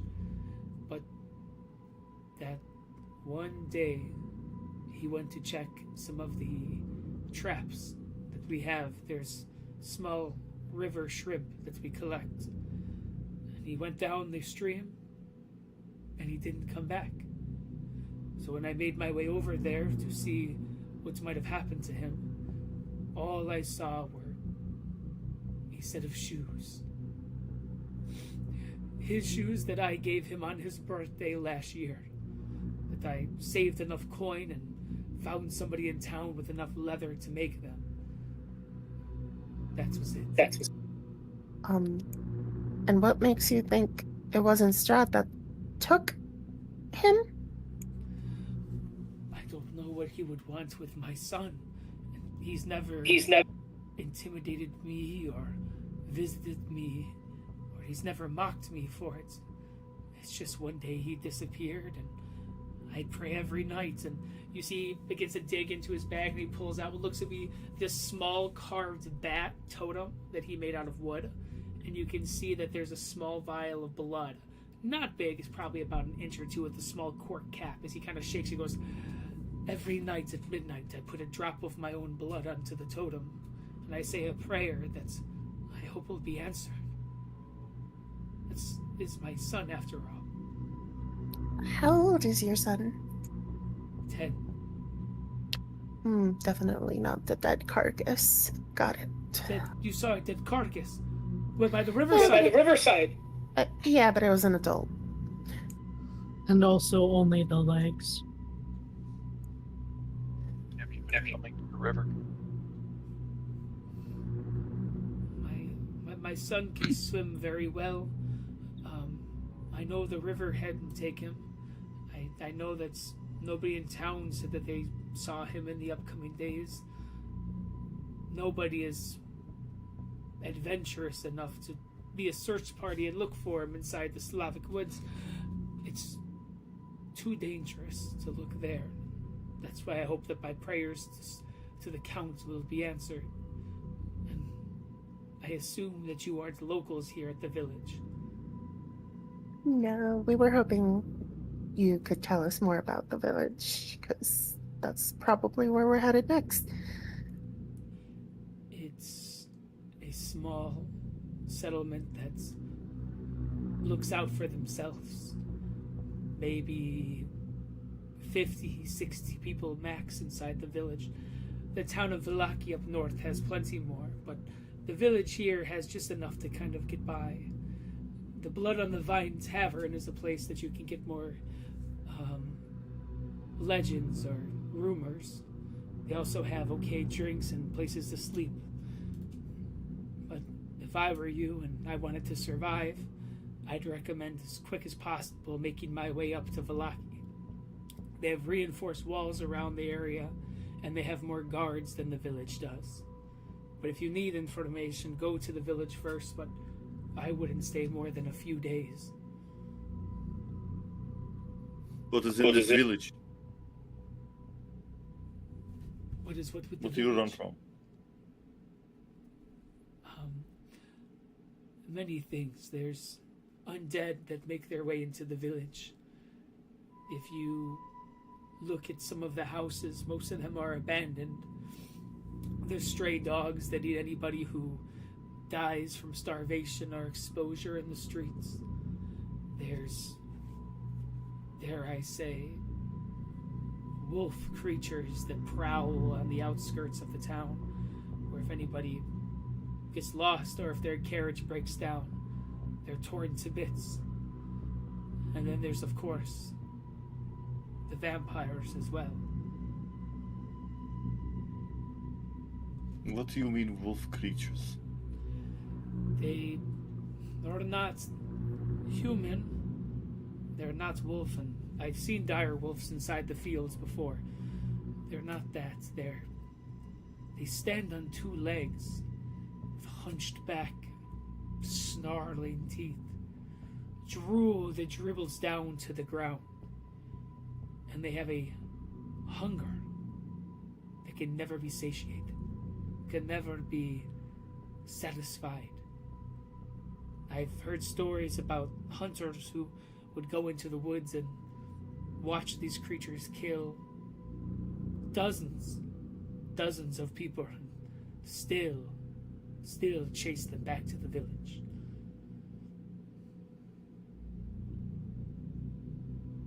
I'm gonna look over to Marie, and like my eyes are gonna kind of like widen. She's just gonna nod and cover her face and just like, ah.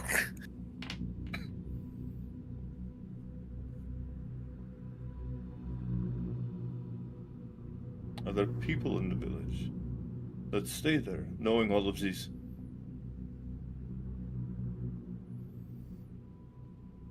Yes, there's many of us that still remain inside the village, at least 50 to 60 of us left. None of us are allowed really in Vallaki, especially with more of these attacks going on. So many of us still have pride in this place. Some of our grandparents and great-grandparents were there the last time that sunlight spilled onto the village, and the Count actually ceased to exist.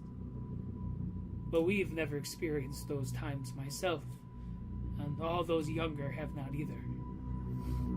But they stay there for pride, and they'd rather die there. There's a well in the middle of town that an individual decided to walk to and jump to their death inside,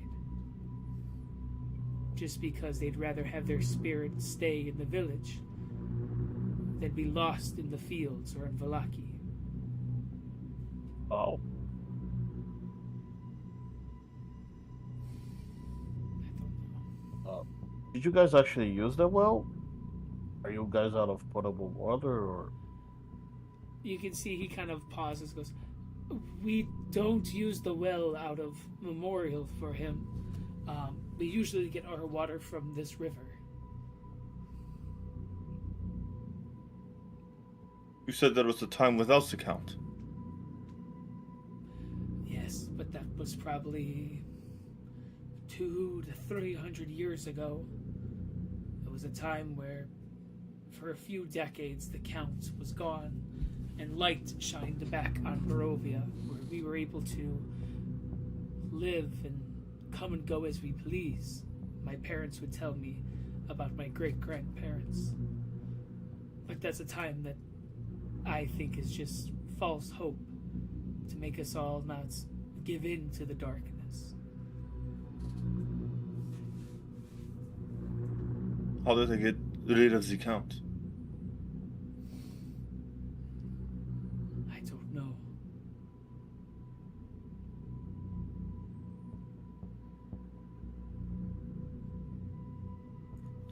It is good to know time passes in the same way here. Where do all of you come from?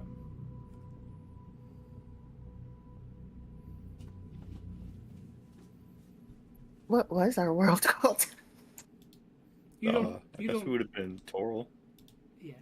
You don't come from Barovia or any of the lands or villages nearby.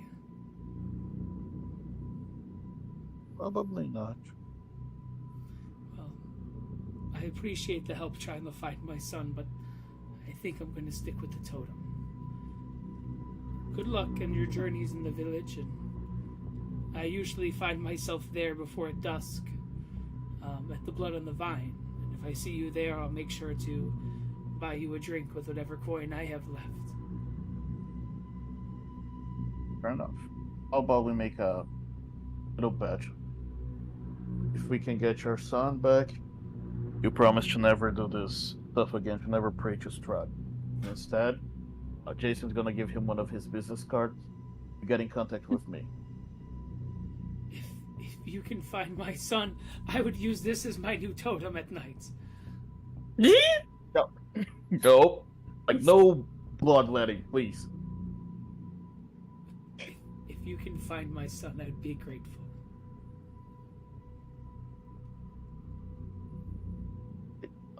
Guys, can we sidebar a little bit? From the old man. Mhm. I follow.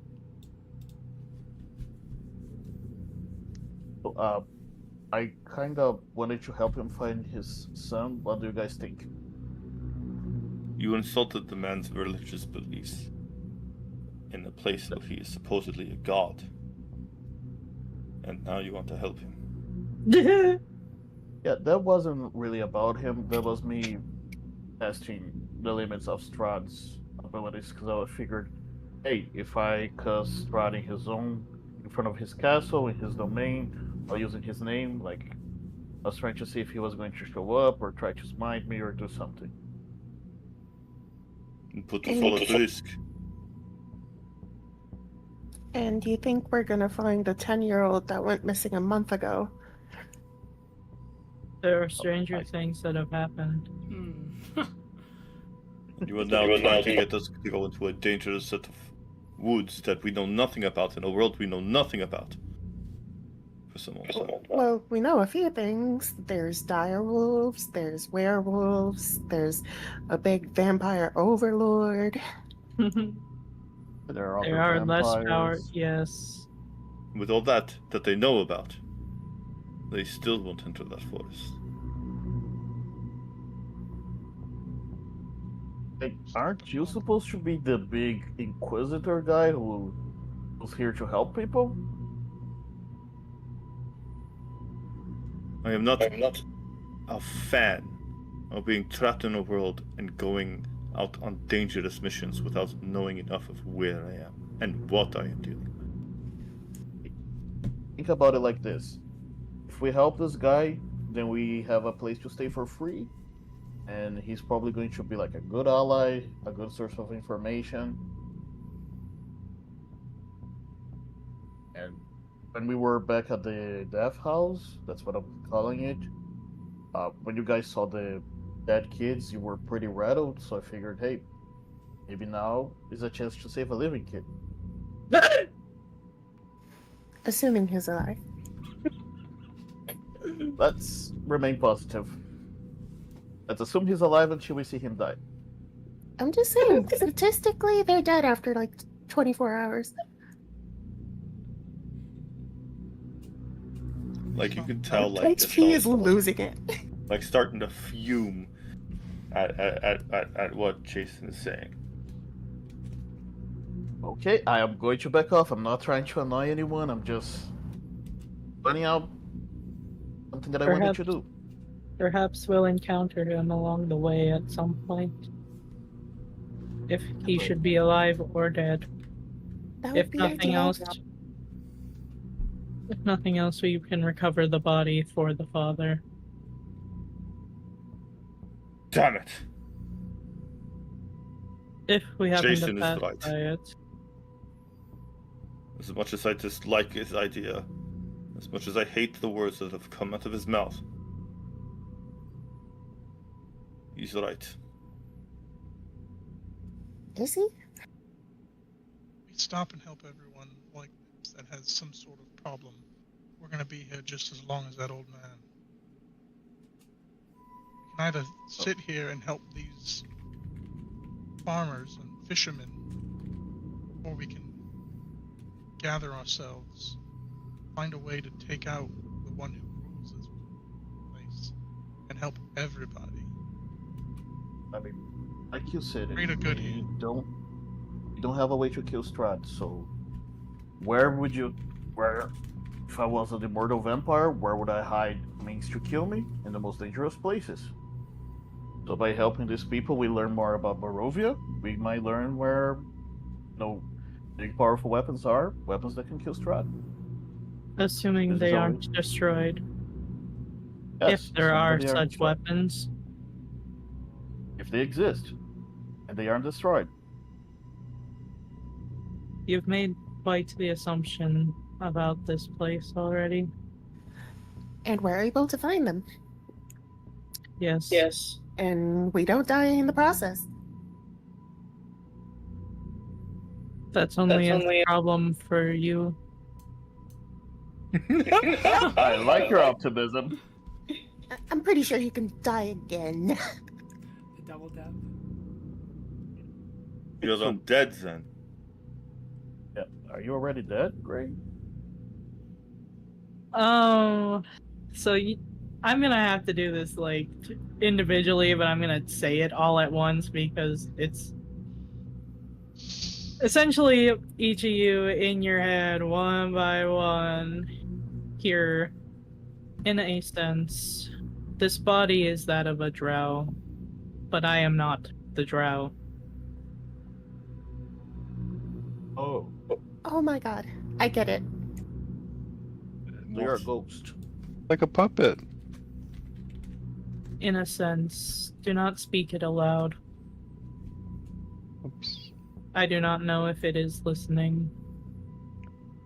What's it? Not it, as in the one who controls this land. It'd be very interesting if he was reading our minds constantly. Hence why I'm trying to use the telepathy. rather than the vocal cords of the husk. How is that any Unfortunately, different you from have any to of us? speak controlling aloud. ourselves? What is that? How is that any different from any of us? We are all just who we are, controlling what we have. What are you? She's gonna Not go. you. You know, that's. She's gonna go ahead, lift the veil, and move some hair Ew. aside from the ear, and you are going to see a little bit of orange, of a mushroom. Just like me! Just like me! You're not alone. So wait, are you a mushroom? Are you sort of like Balin's cousin or something? We're family. Gray is just gonna stare at Jason. I went through all the effort of the telepathy to avoid the possibility of Strahd eavesdropping and finding out I'm a mushroom, and you just. He's room dropping. She's just staring you down before a hand comes to the temple. Can we speak Might have telepathically? Balin was the one who started saying, "Oh, my family," you know. You could have said something earlier. She's just gonna continue to use the telepathy anyway. Can we respond in telepathy? Or No, like you this- cannot. It's only one-sided. I'd prefer you not to use telepathy. I don't like it. Says the sourceless voice coming from around a pumpkin. It's a source. It's me. It just comes out in a different form.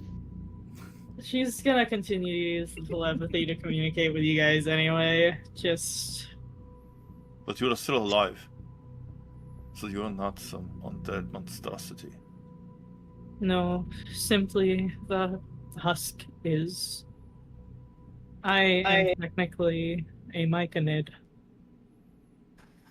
I am just operating the drow. That's why she smells so bad! Oh, Voice damn! echoes out. Bazinga!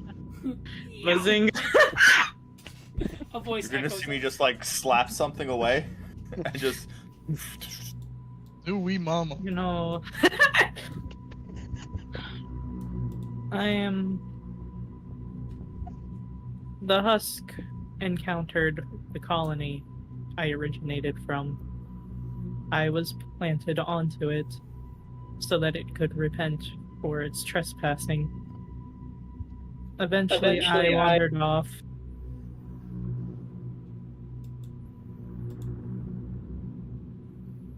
So the myconid have a process that gives you sort of like a cordyceps-like ability? I am a cordyceps. For those of us less intelligent, what is a cordyceps? I take control of the muscles of this husk and operate them as if it was my own body in an effort to spread my spores into other rotting things. The least So your husk is dead, right? There isn't a living person screaming for help. not lately. Perhaps in the beginning. I do not take control of the nervous system, and I did not know that the heart needed to beat. Hence why the blood is not quite right anymore. I have gone out of my way to not infect any of you because I do not feel it is efficient. But you have But- done so in the death house, as Jason put it. So what? At some point there'll be an army of you. In a sense, I've wished to form a colony of my own. And they follow you. They can. At the moment, they're too weak. Given time, I may be able to form husks similar to my own. In a land like this, it may be the perfect environment. That's a good point. It's very dark here, and not at all hot. Unless you're Jason, somehow. Yes, I'm sweating profusely. This yes, place is very hot for me. Interesting. Like, actually hot, or are you just a nervous wreck right now? I seem to be fine. I just had a sore throat, but now that it's better, I'm sweating bullets, but I don't know. Is the little monster in you scared? I was the ones saying, "Hey, let's go kill Strahd. Hey, let's go find the kid." I'm not scared. This is. I mean, what you say and what your body's saying are very different things. Perhaps your mouth just is compensating for your body. Look, this is just a hot place, okay? I run hot. I may be I'm half vampire. The human half, it runs hot. Should you not then be regular temperature? Who knows? Human bodies are a mystery. The water is clean enough for the people to drink. Where did- Put yourself down. Jason is. Oh. No, I'm the one that's different. Never mind. All of us are a little bit different. We're not alone. And I don't know how I feel about you, Gray. About having potentially a whole horde of zombies walking around. That seems like you can get out of. What? They aren't zombies. They will be mushrooms. Yeah, but like, are you? I am going to ask this, but I already know your answer. But are your mushrooms people only going to start infecting corpses, or are you guys gonna go after living? Living things are able to fight off the infection. Dead, not so much. This husk was technically alive, but only barely at the time of the infection.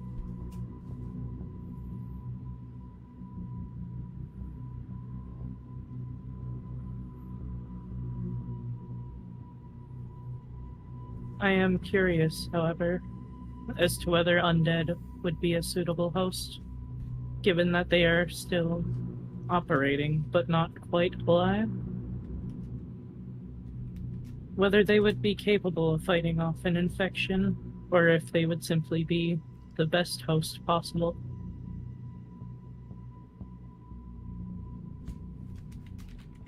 It is something I would like to test, now that I know that there should be a fair few lurking about. So you cannot infect us.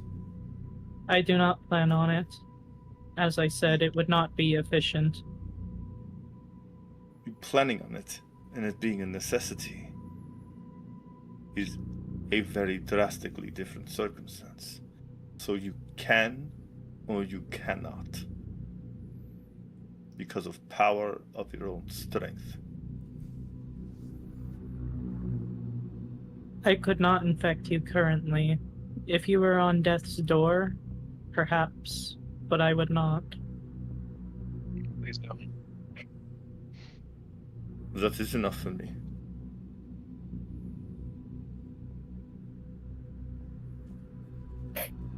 So there will be plenty of people that would definitely try to eradicate you. Hence why I wished to keep it in telepathic communications only. Well, because we're going to have to kill that old man who might be too close. Whoa, let's not jump the gun there, buddy. Or you'll have to trust that this is enough. It will be alright. Even if this husk should die, and be unusable, I can attach to other dead things.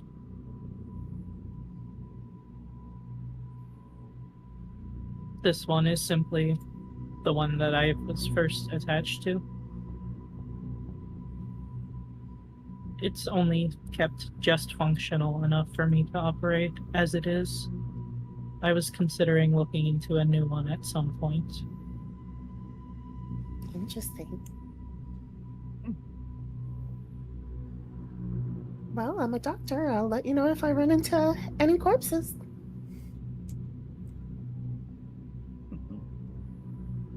Thank From you. what Thalomir says, I do not believe finding corpses will be an issue. They do not have to be full corpses in order to be infected. They are simply superior hosts. I could put spores on those legs over there, and they would function as legs. All I do is take control of the muscle.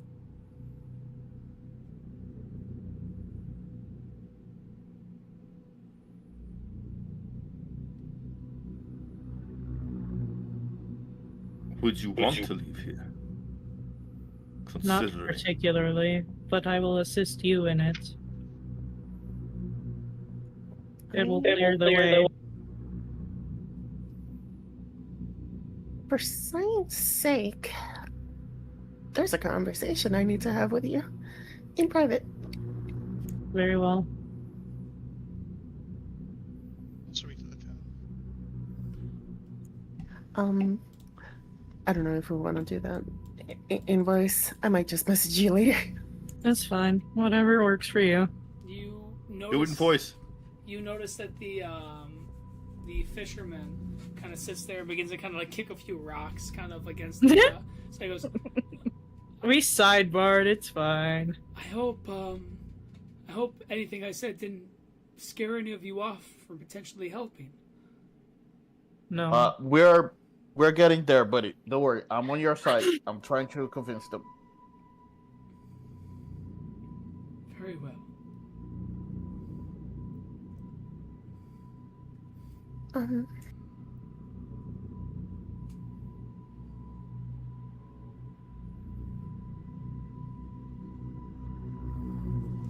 Wait, what do you mean, Gastral?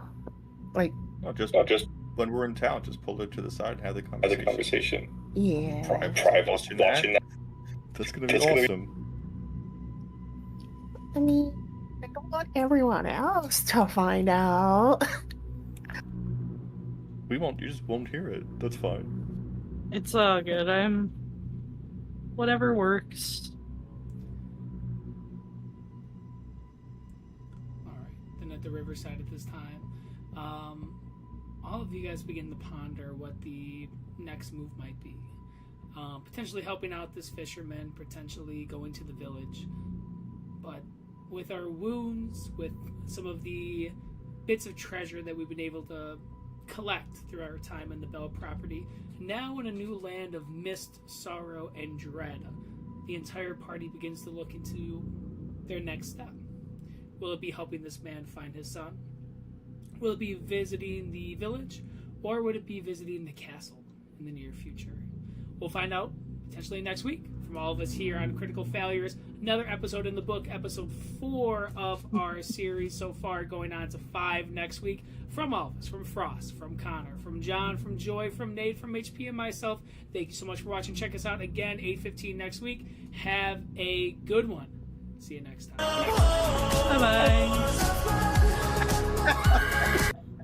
Bye-bye.